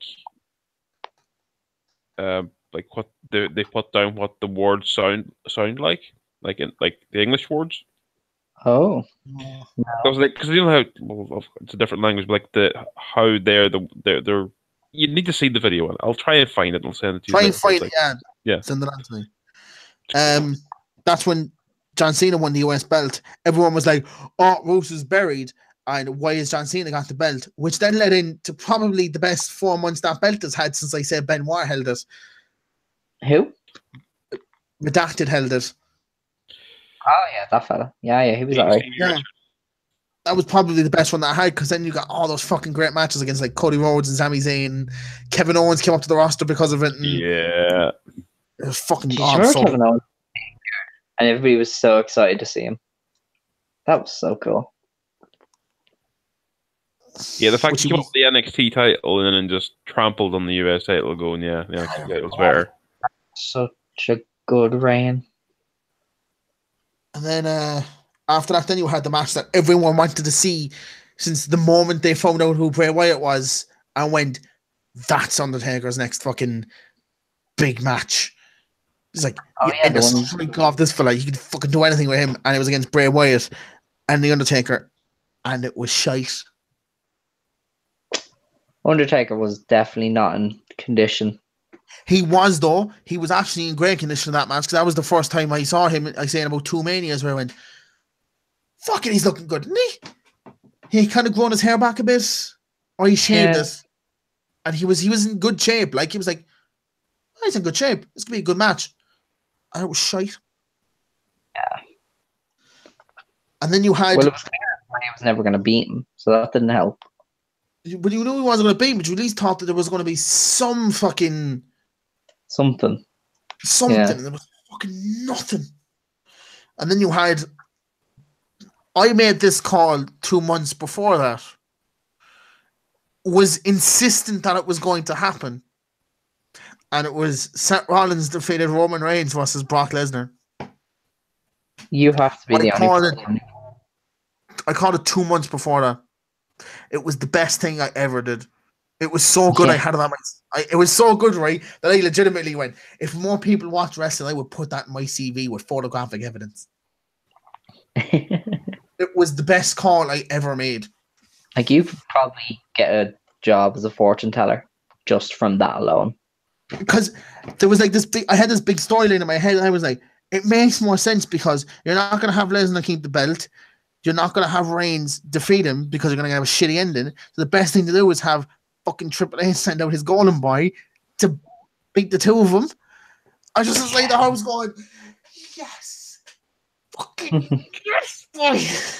I think I won like 40 euros as well, the bookies off that. I was like, oh my god, I'm so fucking... I was like, oh, that's fucking brilliant. Yeah, nobody was expecting that. every single rumor dirt sheet in the world was Roman's going over Brock. Mm. Roman's going over Brock. Roman's going over Brock. What the fuck? Play it, Dan. Give me another strike in the channel. Go on.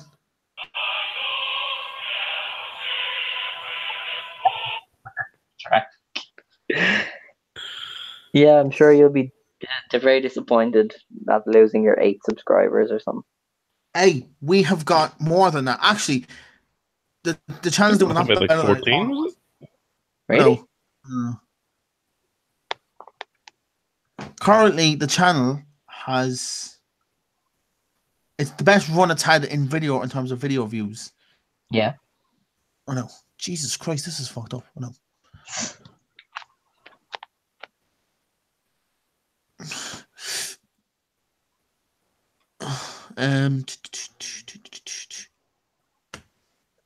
Right.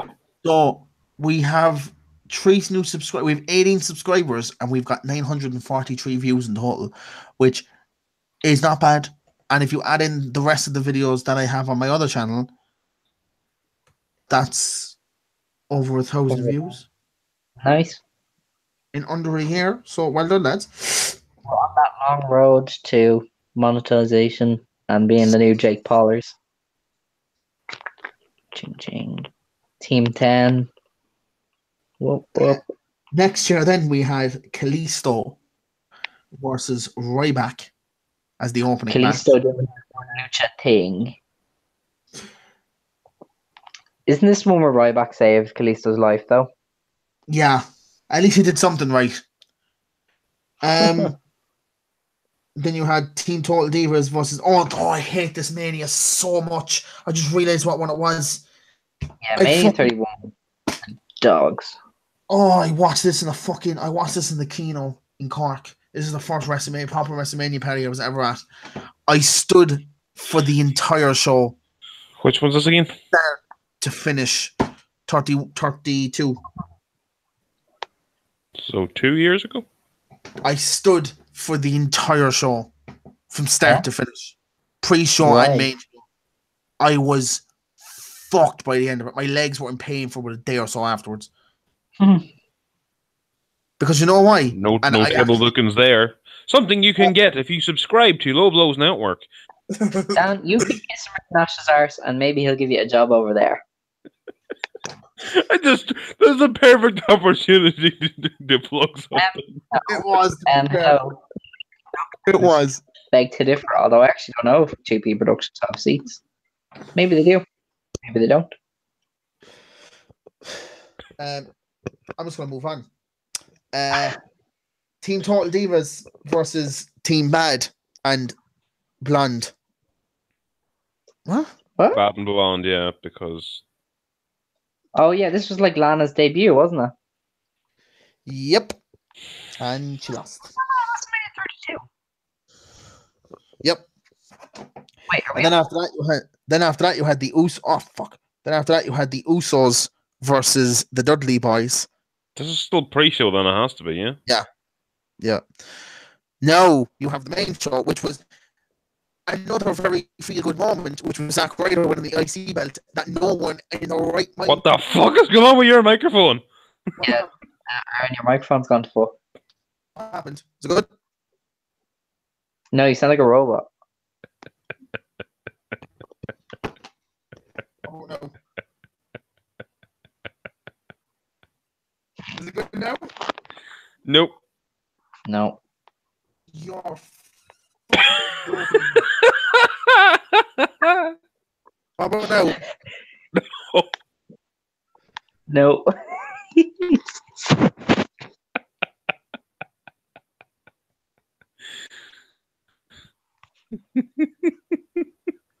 This is like a throwback. Yeah. What was that, Aaron? What was that?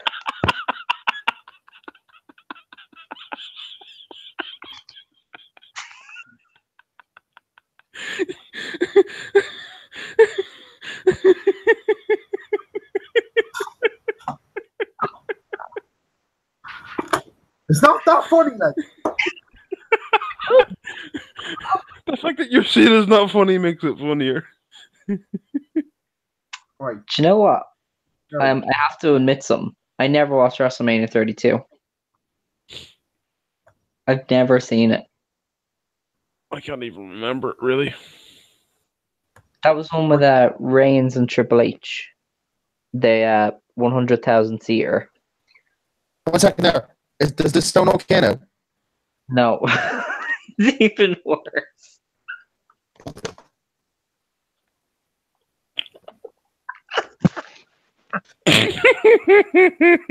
What about now?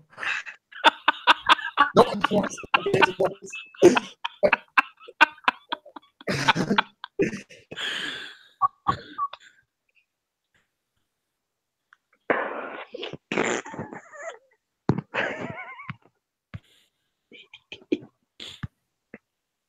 Harold, just get rid of the microphone.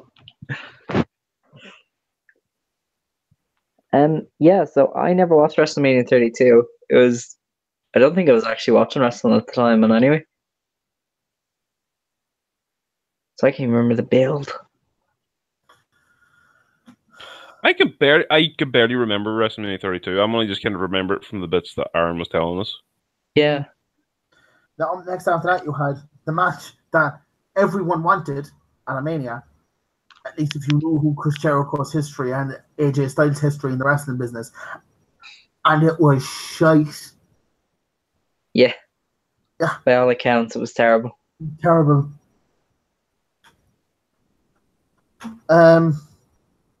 After that, you had the League of Nations versus the New Day. Jeez, remember the League of Nations? Are half of them even with the company anymore? Del Rio's I know gone. Wade Barrett's gone. Wade Barrett and Del Rio are gone. That's it. They're released. So only half of them are still there. Weird. After that, you had another match that everyone was looking forward to, which was Lesnar and Dean Ambrose, which again was shite. It was ridiculous. It was one of the worst. Yeah, that was the worst. Holds barred. Because I was looking forward to that because I was like, oh, this is going to be good. Yeah.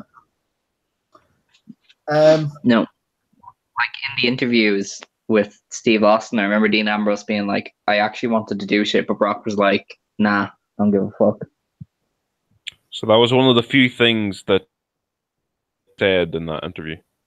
Yeah. I remember hearing about that interview, and Dean Ambrose was like, I don't want to talk about it. I don't want to talk about it. And you're like, what the fuck are you doing on an interview then? It's like, yeah, what's the fucking point? No, I remember Chris Jericho was trying to paint Dean Ambrose as this like street kid who was saved by the WWE, and he was just like, I'm having none of that. Yeah, basically. Then we have the first ever WWE Women's Championship match. No, it's not. If you discount everything that came before us, yes, it fucking is. So basically, if Stephanie McMahon were to tell you about women's wrestling, this is where it would start. Like, there's nothing else before this.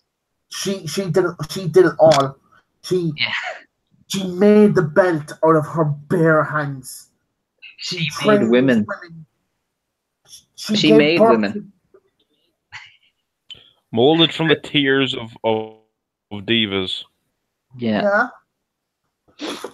Molded like from the creator of it. Molded from China's tears. Yeah.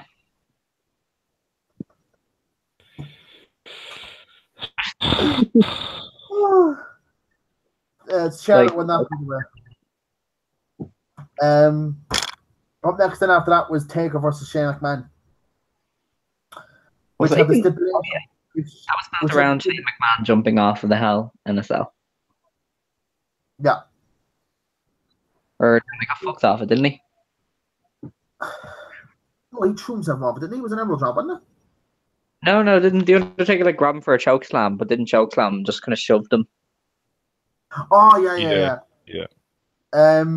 Which had that stipulation that if Shane won, he'd gain control of Raw, and then if Undertaker lost, he'd no longer be able to compete at Mania. And then he just was the GM of Raw for about 2 months afterwards. Yeah. And ended that entire storyline where he saved his dad from something and just handed him a letter. And that was in that one.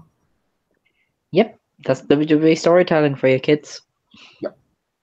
Then we have the Never biggest shock. Then we have the biggest shock of the night. Well, no, it's not really. It's the second biggest shock of the night, which was Baron Corbin winning the Andre the Giant Memorial Battle Royal and immediately going up to the main roster.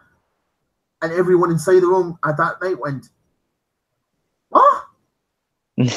Yeah, that was very strange.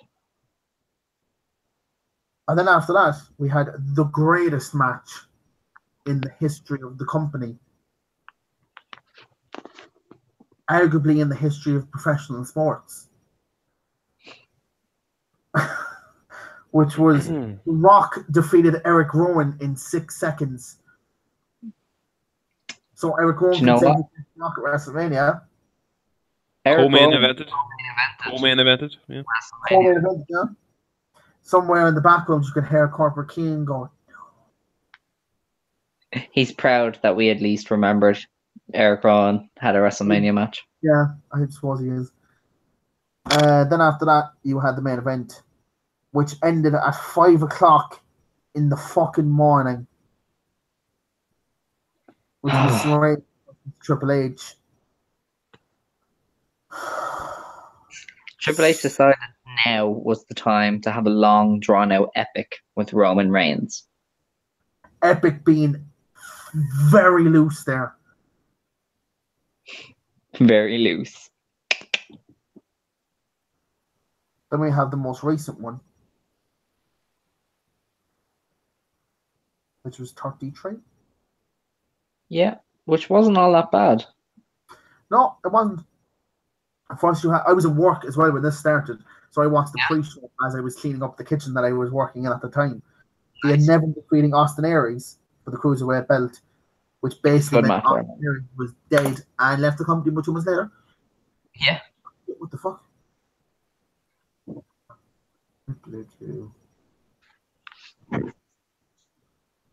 Yeah. Then you had, and again, another great match. The 33-man Andre the Giant Memorial Battle Royal.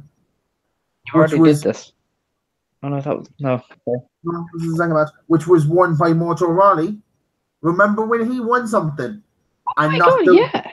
And he hindered Jinder, and that was the last person that would hinder Jinder until September of that year. Because there was no one hindering Jinder after that. Mm-hmm. Yep. Totally. Then after that, you had Dean Ambrose versus Baron Corbin for the AC belt. And that was decent as well. Was it? I can remember none of it.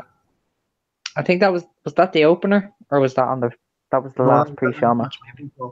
Because the opener was Styles and Shane, which I missed. Oh yes, that was the last pre-show match. It wasn't bad. Thank you, Dan. Thank you. Very welcome. This camera hasn't worked for me. Then after that, you had Chris Jericho versus Kevin Owens, which was another match I think everyone kind of expected to be good and then just didn't really. Chris Jericho's record of having WrestleMania matches terrible in his last few years. Yeah. Then we had Bayley defeat Charlotte Flair, Nia Jax, and Sasha Banks for the women's belt. So happy when she won that. But she won it the night beforehand, so it had no lasting effect on me at all. True, but I was Bayley, so I loved everything that she did, including winning the belt. Then we had arguably the best return ever. The one where everyone wanted it to happen, but we didn't think they'd actually do it at Mania. Do you know what I'm getting at? You talking about fucking Hardy? What? The Hardy Boys. Oh yeah, your Yeah. audio is gone for me again. I don't know what. I didn't hear half of what you said. Apparently, I'm a fucking robot with this piece of shit. So,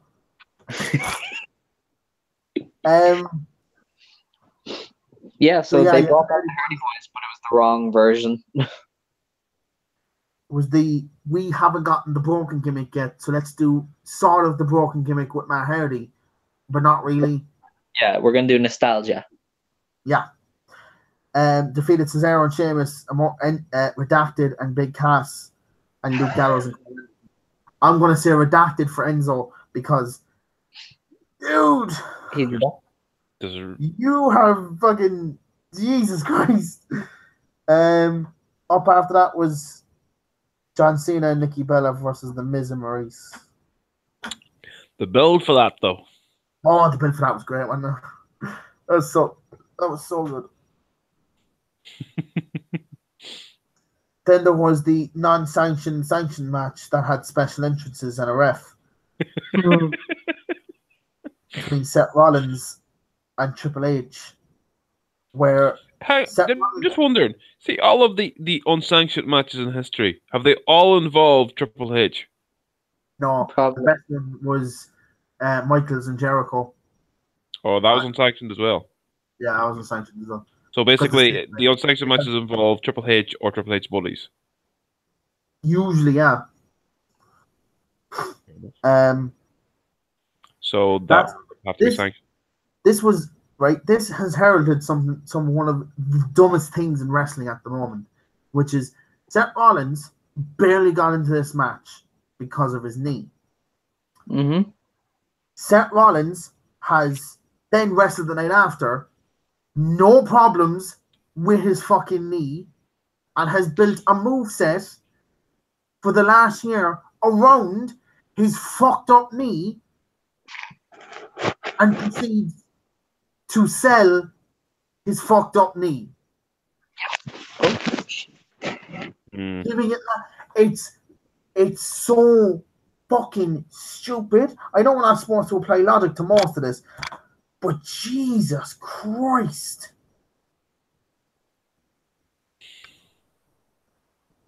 Anyway, Yeah. up after this was Orton versus Bray Wyatt for the WWE title. Remember when Bray was the WWE champion? Do you remember? Oh, to be fair, when he won at Elimination Chamber, actually, not even when he won, when he pinned Cena, and we knew that there was going to be a new champion. Yeah. And it was like Cena, AJ, or Bray, and it was like, I want all of these. So it was like most of us were thinking, oh well, it's obviously going to be AJ or Cena that's going to win. But then the fact that the Bray pinned Cena is like, there was rumors coming over at that point that it was probably going to be Orton, and it was going to be Orton and Bray anyway at Mania, but they didn't know the title was going to be involved. Where the title was going to be on, and then there was a rumor came out about maybe 2 weeks before that this was going to happen, especially after when Randy won the Rumble. It's like, oh well, yeah, that probably makes the more sense. Why would you build up? No, but in that case, we still all had that fear that they were going to do Orton and Cena again. Oh yeah, because didn't they have a stare off in the fucking Rumble for like a quick second? Yeah, because they had the whole thing of like, yeah. Oh, please, fucking no. We don't need this for the 50th fucking time. It doesn't give you the same feeling as, let's say, a Austin and Rock stare off at a Rumble. No, it does not. Definitely not. Because the whole thing about it is Cena and Randy Orton's feuds they felt so manufactured, whereas the great feuds have felt very natural. Yeah, and that's the major problem. Yeah, there's a lot of problems. So that's why the stare down between AJ and Nakamura at Money in the Bank that was so good because there's history there. All they have to do is this. All like AJ has to do is this. me on the match.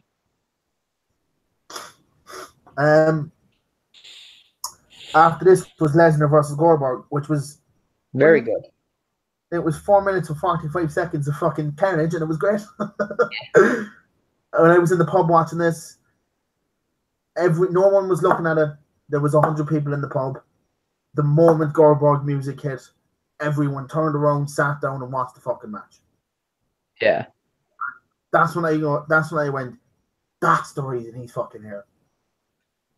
Surely, did they not turn back after the Hardys came out? At that point, they weren't in because this was beforehand, but still when the clubs closed and the owner brought about 40 people back.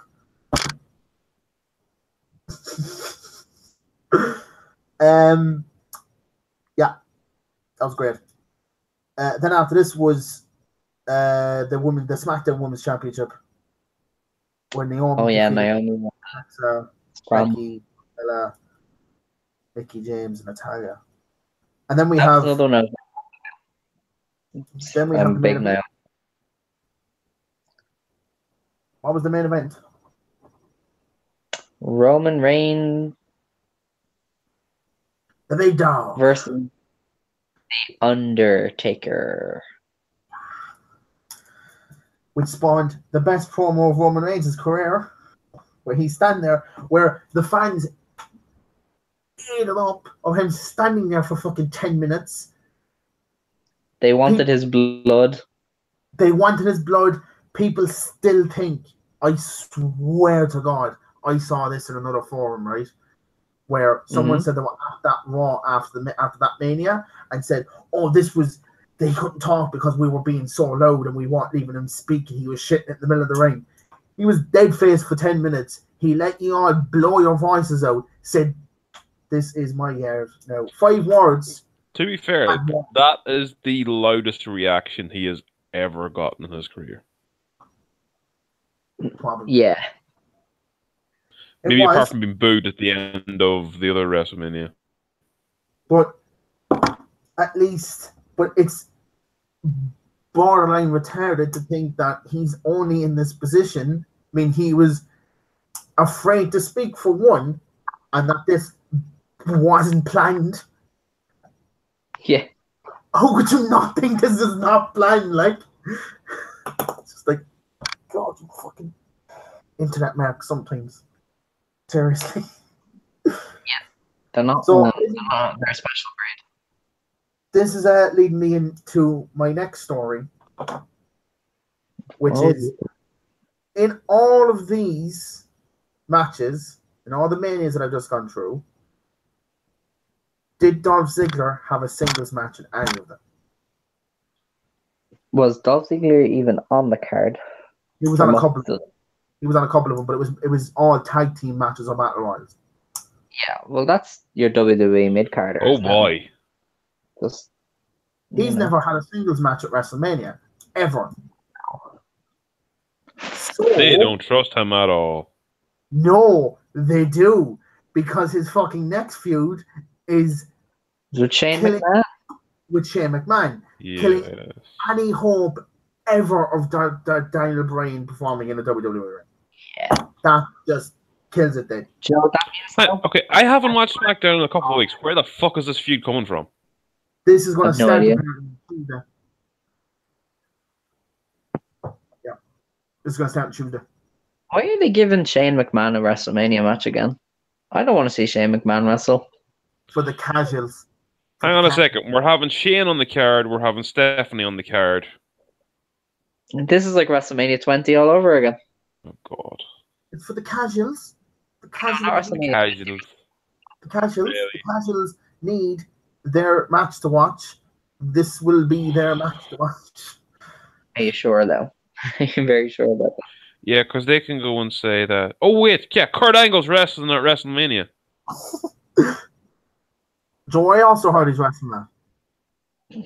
Don't you fucking dare. TL. I will tell Amy.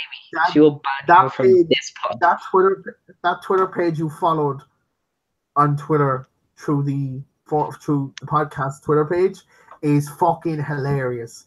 It's just daily updates to tell us that Kurt Angle is wrestling at TLC. He's what?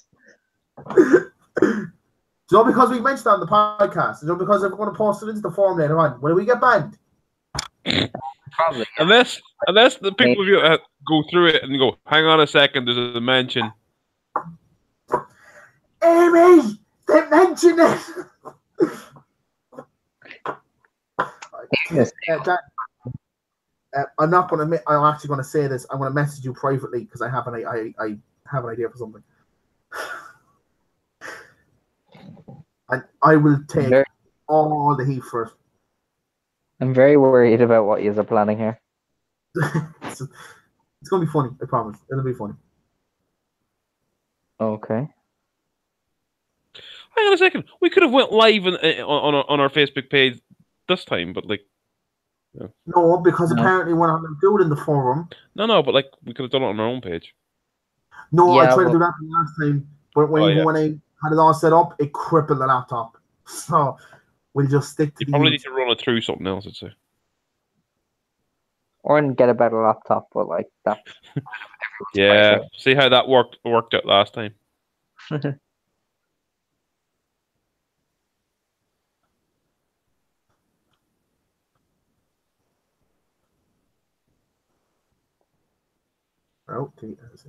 Yeah, so Shane apparently is going to wrestle Dolph Ziggler at Mania, with the whole storyline being Shane has no match at Mania. Ziggler's never had a singles match at Mania. That could be good. Yeah. Be fun. Do you know what else I heard? Dan just seen the message. Sorry. No, go on. There hasn't been... What? We're all over the shop here. Who knows what's going on? Did you know that there hasn't been a women's match on a WrestleMania main card not involving a title since like WrestleMania 21 or something? Was that the last one? Yeah, the last singles match between two women on a main card that didn't involve a title, and even then that was like a bra and panties match or something. Yeah, it probably would have been. Wasn't that the Miller Lite Core? Wasn't that the Core's Miller Lite girls that knocked Dan Storm off the fucking card at Mania 19? No, like there was one more recently. That's what I could be saying. Don't know. Anyway, yeah, so that's happening. The whole basis of the feud is going to be fucking that. Shane doesn't have a match at Mania. Ziggler wants a singles match at Mania. Do you know what though? Ziggler's good at selling. He's gonna put Shane over like nobody. So it'll be like decent. But I still don't want to see it. I don't either, but fuck it, whatever. He also said that he didn't want to be off TV for 4 months. 4 weeks. He wanted to be off TV for about 6 months. Who? Ziggler.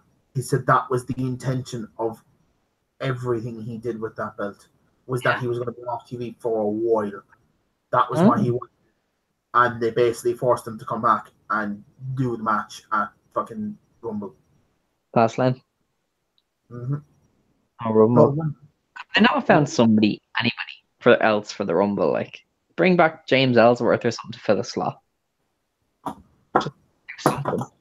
Or put the big dog back in there at number 30. I have that fucking room exit any fucking entertainment they had out of it.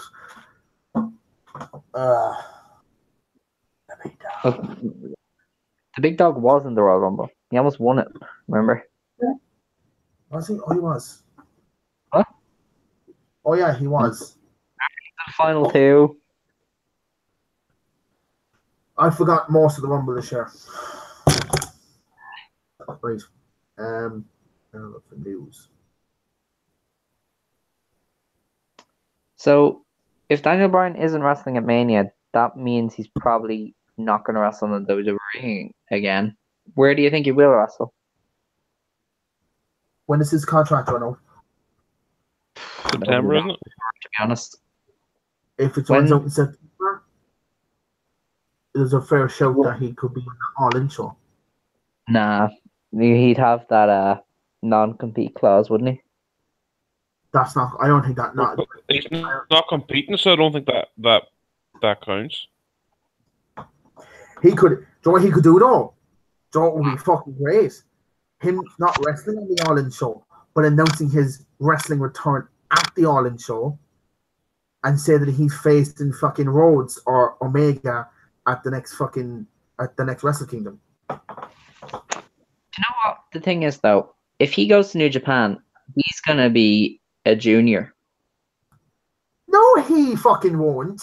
You just say I'm a fucking. If the Young Bucks are heavyweight, Daniel Bryan's a fucking heavyweight. Right, but the Young Bucks have had years of dominating the junior division. They've bulked up to go heavyweight. I'm not 100% sure that he wouldn't be a junior. Now, in saying that, they just decide who is and who isn't a junior. Daniel Bryan would be a heavyweight by logic. I'm trying to look up his contract status, and one thing says Daniel Bryan to wrestle in CMLL after his contract expires. Yeah, I'm sure he's just gagging to go to Arena Mexico to wrestle Mystico. He was a big star in Mexico, wasn't he? Who? Daniel Bryan? Maybe. What the fuck? Oh, shit. What? Apparently, for a little while there, WWE were promoting TNA and it was on their website. Oh. You see, they leaked the NXT card for New Orleans. Oh, yeah. Oh, I actually have a fucking great stipulation for our whole prediction thing for that card. That we'll predict the NXT show, but whoever gets the most out of it will get like an extra point going into the Mania show. Ooh, so it wouldn't affect any of us, like not knowing the results. You know, how if none of us would have seen NXT. Sorry to interrupt, but the rough estimate is Bryan's contract is up in September 2018. So he won't be wrestling on All In. But That's he what I'm might. saying. He won't wrestle at All In, but he could very easily show up at All In and say, I want Kenny Omega at Wrestle Kingdom. Oh, Aaron, don't toy up my emotions like that. Please. I fucking want that so bad. Kayfabe News put up an article saying huge update in CM Punk's WrestleMania status. Not gonna. Oh shit! You can't see that. Not gonna be there. You heard it here first. We'll keep you updated on this story as it continues not to develop. So, I love Kayfabe News. CCW as well just announced a show in Limerick. Yeah? Yeah. That's a step. Limerick City. No, they've wrestled there before. We're at Limerick City Strong Style, Saturday, 28th of April. They actually call it Limerick City. And yeah, Limerick City Strong Style. It's a double show again, like it was in the Commons. And then June 2nd, they have the Revolution, which is their version of Scrappermania. Another double show at the Commons Inn. The Revolution has probably one of my favourite matches that I've ever seen live. Which is? Lycan versus Lee Callahan. Callahan. So, Callahan. Whatever. No, it's Lee Callahan. I don't know, what the fuck. That's Callahan. So, the CCW champion at the time was JC Williams. The Sligo Sex Bomb. He vacated this for reasons I will not get into on this show. Oh. I think I've told you this anyway. Does that mean we're going to hear after? I'll tell you after. But I think I said it. I think I told you anyway before. So they had to come up with another reason, and they did. Lycan was still going to fight for the belt, but he was going to fight Lee for the belt. And Lee basically got battered for about 10 minutes. Pillar to post in the entire fucking arena. It was really fun to watch. Because I was sitting there going, and what the best thing was, right, and I thought was great, was he did like these little screams every time he kept getting thrown. Like he was like a fucking he would go, oh no, oh no, because he was supposed to be this fucking rich asshole. I was like, oh my god, boy. I watched there. I was going, that was fucking perfect. He made a really good situation out of something really shitty. It was fucking brilliant. It's my favorite, one of the best matches I've ever seen live. Because it was just so much. Sounds good. Fucking who was the guy who did they announce for the? Who's the Joe Hendry? He got announced for the Commons intro. Oh yeah, he's WCBW champion for a while. They were kind of pushing him as their guy. Did you see that video? I think it was at that the first show he showed up with for CCW and he was like signing contracts, but he had the camera on him and he was going. He's just saying he just won't even look at it. He just dead face into the camera. Like, ah, God. You smoke prick. Oh, fuck. What?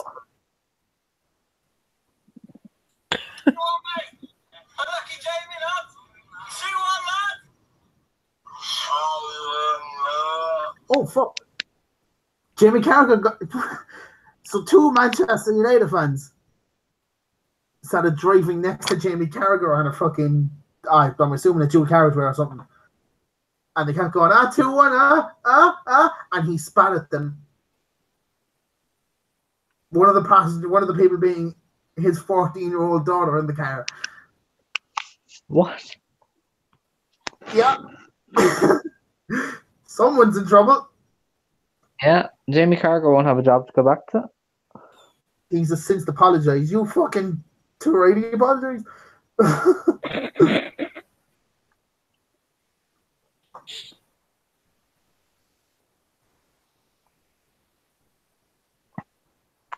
So have we run out of wrestling to discuss?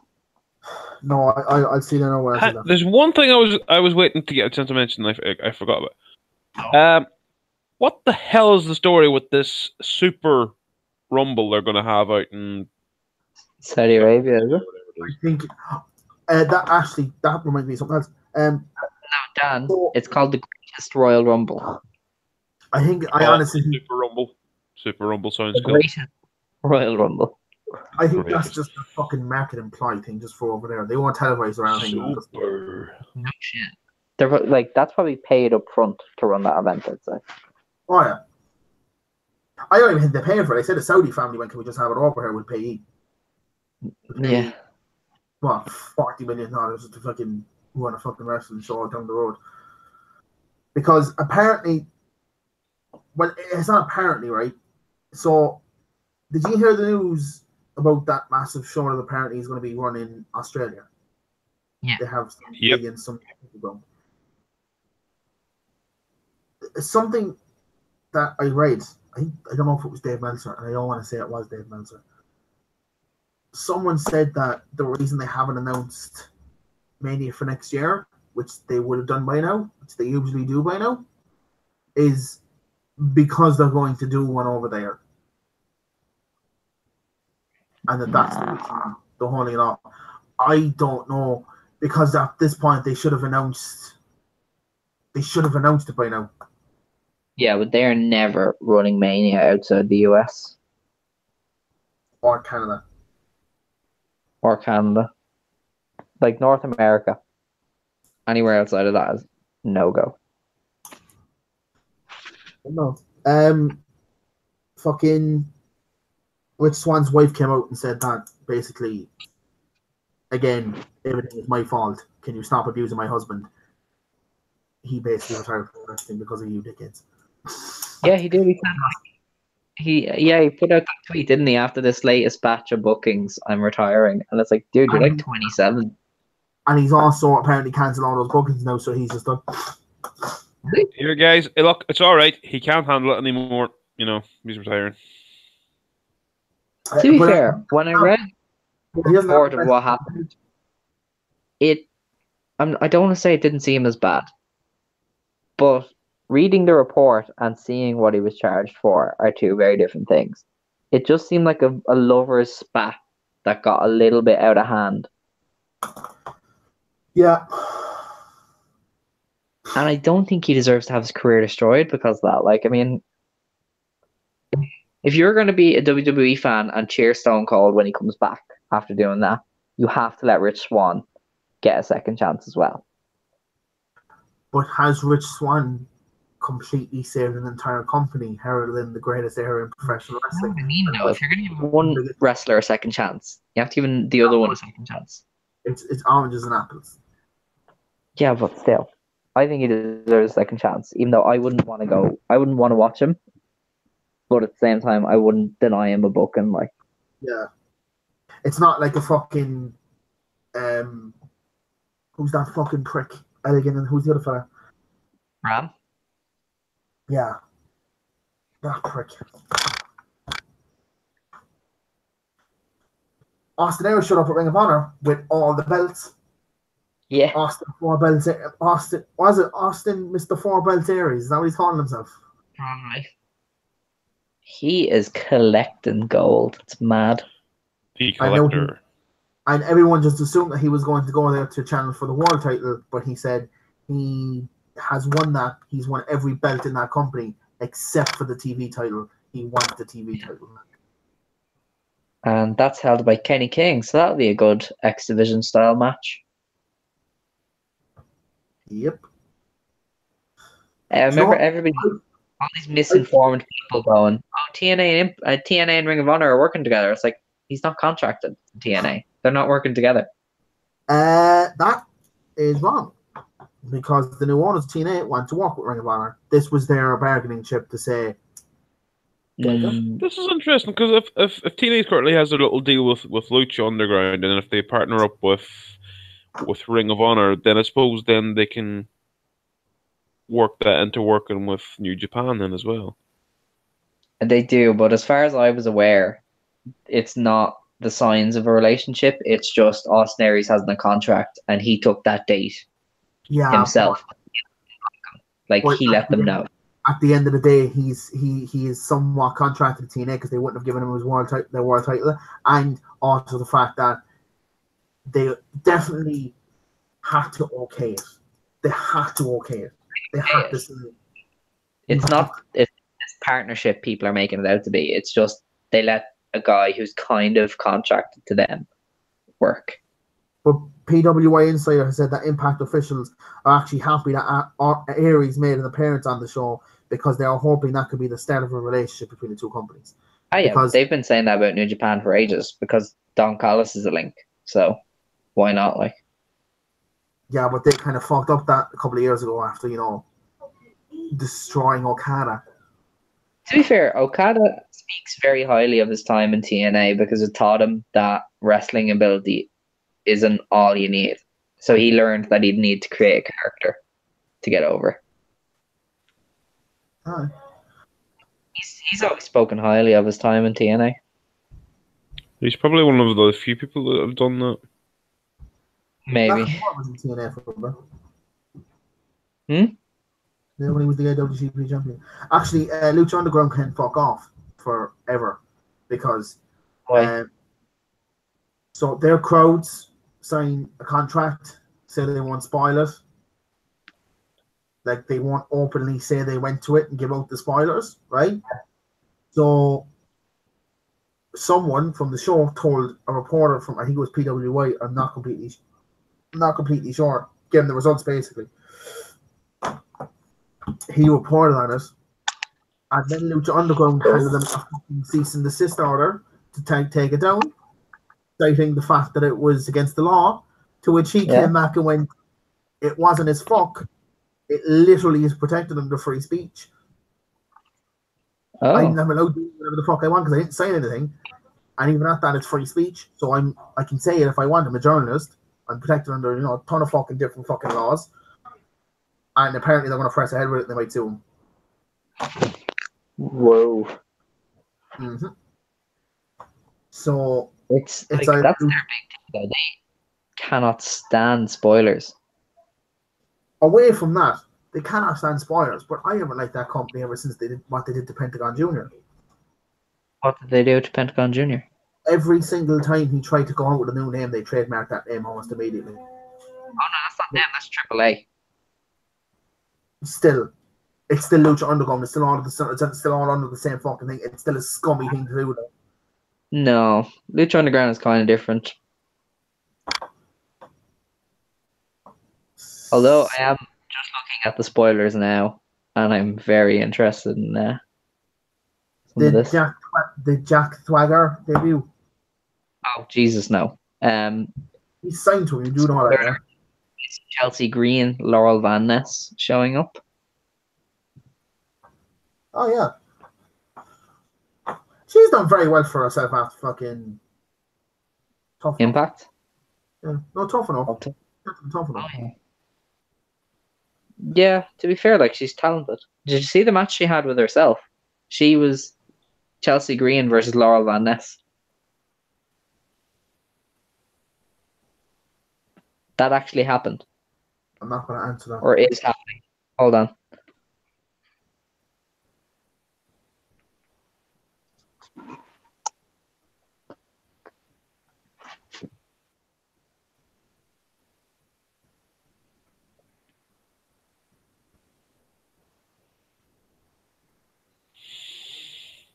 Yeah, I'm not sure if it's already happened or it will happen, but it was Chelsea Green versus Laurel Van Ness, which is, it's the same woman. So, oh, it happened yesterday. So maybe go on Twitter, check and see if there's fun shit regarding that match. I'm surprised you saw the thing that I shared into the fucking chat earlier. The fucking Kyrie Sane giving somebody a spare and Lucha Underground. Oh, Pentagon. Yeah, and that corny insane went fuck off, like in front of my mum. Why did you say that though? Because it looked like shit. The spear? And also the fact he's a 250-pound man, and unless she's getting thrown into him from a cannon, he should by right just go. Now, actually, what you don't know about the story is that was an hour-long gauntlet match. So he had already wrestled 2 people before that. So technically, he's tired and hurt. Still look like shit though. Oh, it did, yeah. Because I remember you sent it, and I was like, "That's Kairi Sane." And Io Shirai and Mayu Iwatani are in that match as well. Who are the other 2 people from Stardom that are? We came off a thread saying that Kairi Sane probably has the best spear in wrestling at the moment. No. What? Yeah, she does a spear. She has the best elbow drop. She doesn't have the best spear. Not by a long shot.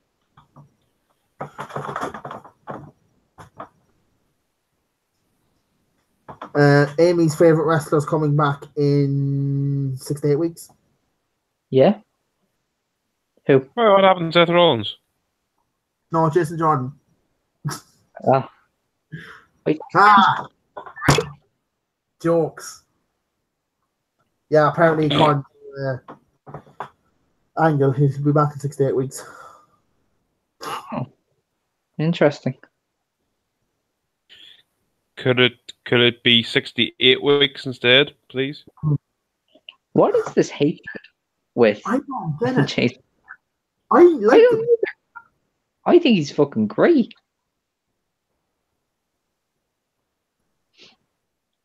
He's a proper heel. Oh, did you hear the news? Oh. What? Did you hear the news about Carmella? Apparently. No. So apparently the thing with Alexa Bliss and Nia Jax on Raw, that fucking incredibly awkward and super mean fucking promo she cut on Nia, where she was crying at the end. Well, actually, that will be the match at Mania, and that Asuka is going to fuck off over to SmackDown after and face Charlotte. She'll beat Charlotte, and then Carmella's going to come down and cash in on her and take the fucking belt off her. And the streak. And the streak. And I want that to happen so much. Because if that happens, can I just say? Especially as well if they make a career-defining match out of the 2 of them. They give them like 20 minutes. They could have a fucking great match in 20 minutes. Oh my god. He could. Imagine the fucking room if that happened. The whole place would be fucking going mental, and me and probably Corporate Keane sitting there going, loving the fact. I don't think Keane likes Carmella, so. But he does seem to enjoy a good bit of fucking, like, just the internet going mental over something. Yeah. Don't we all, though? I would do. But this would be hilarious. If that actually happened, that would be fucking brilliant. I would love that. To be fair, what I see happening is Carmella just switching over to Raw, because if Asuka goes to SmackDown, somebody will need to go the other way to make up the numbers. Yeah.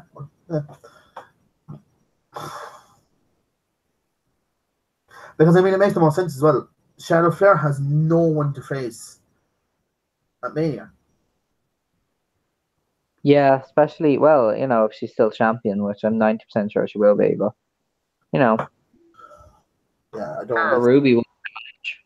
Because, like, as much as I'd love for Becky to get pushed into it, it would be very sudden to put Becky in that. Just out of nowhere. And be like, yeah, she's a number one contender now.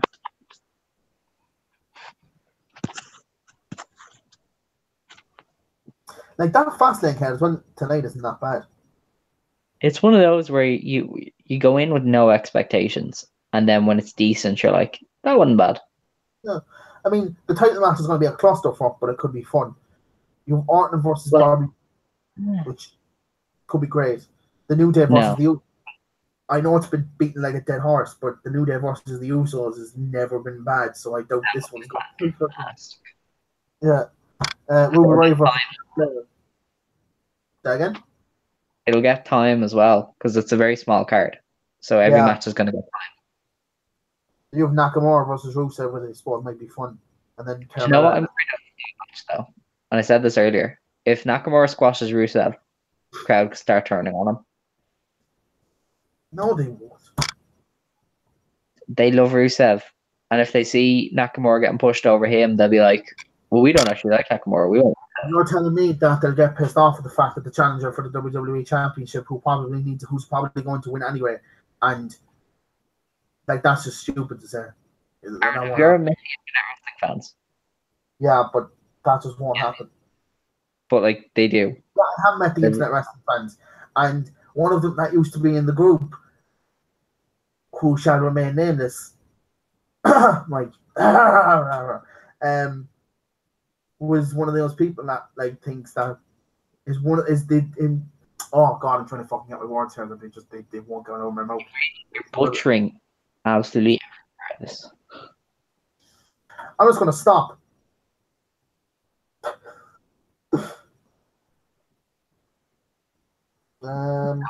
Detour? Yeah, I'm just gonna stop. I'm just gonna stop talking because it's not working. That's it. That's all I was there. Okay. There's nothing else. Oh, there's the tag match, isn't there? The women's tag match. Oh yeah, the women's tag match. Yeah. Peyton Royce and Billy Kay return to the NXT house. Billy Kay and Peyton Royce, they return to the house show. All right. Their breast reduction, breast improvement surgery has healed. No, the only thing that apparently the only photos I can get of her is it Billy Kay? I think it's Billy Kay. She cut her hair. The boy, see, I would say the brunette, but the two of them, I mean, sorry, the black haired one, but the two of them with black hair, the both of them look like twins, like so. Kay has much blacker hair than Peyton. Not in the photos here. No, she's changed. I haven't seen her on TV in ages, to be fair. There was a serious smack of lesbian pollen because this is the way they looked at each other at one point. Yeah. Oh, and Peyton. Peyton Royce is the one that cut her hair. She's got no shoulder length hair. Yeah, she got a dye job as well. I think. I don't know. They haven't been on TV in ages in NXT, so I just haven't a clue. It was Peyton Royce, so it was the one that fucked up her shoulder or elbow or whatever the fuck. Was it? Did one of them get injured or something? That's the reason they were off? No, they were off because they both got boob surgery. and they had to let it repair. They got enhancement surgery. Enhancement. Yep. Quotes all you like. It still means boobs. Yeah, that's the end of this podcast. I'm going to go upstairs and probably get sick, as I've been holding this back for about 10 minutes. Oh, fun. I'm only messing. I probably won't get sick. I might though. Who knows? Are you okay? I'd rather not do it on the podcast, put it that way. I continue the video chat with you, but if I get sick with you on the video chat, no one's going to care. No one's going to see it. Grand. Right. Oh, gee, Dan's still here. Sorry, I'm just working here in the background, just on starting work on the idea that Then I will tell you about in about 2 Oh, minutes. Aaron, tell me what that is when we finish. Yeah, I'm going to do that now. That's literally what he just said. Everyone wave to the camera. Everyone wave bye. Bye.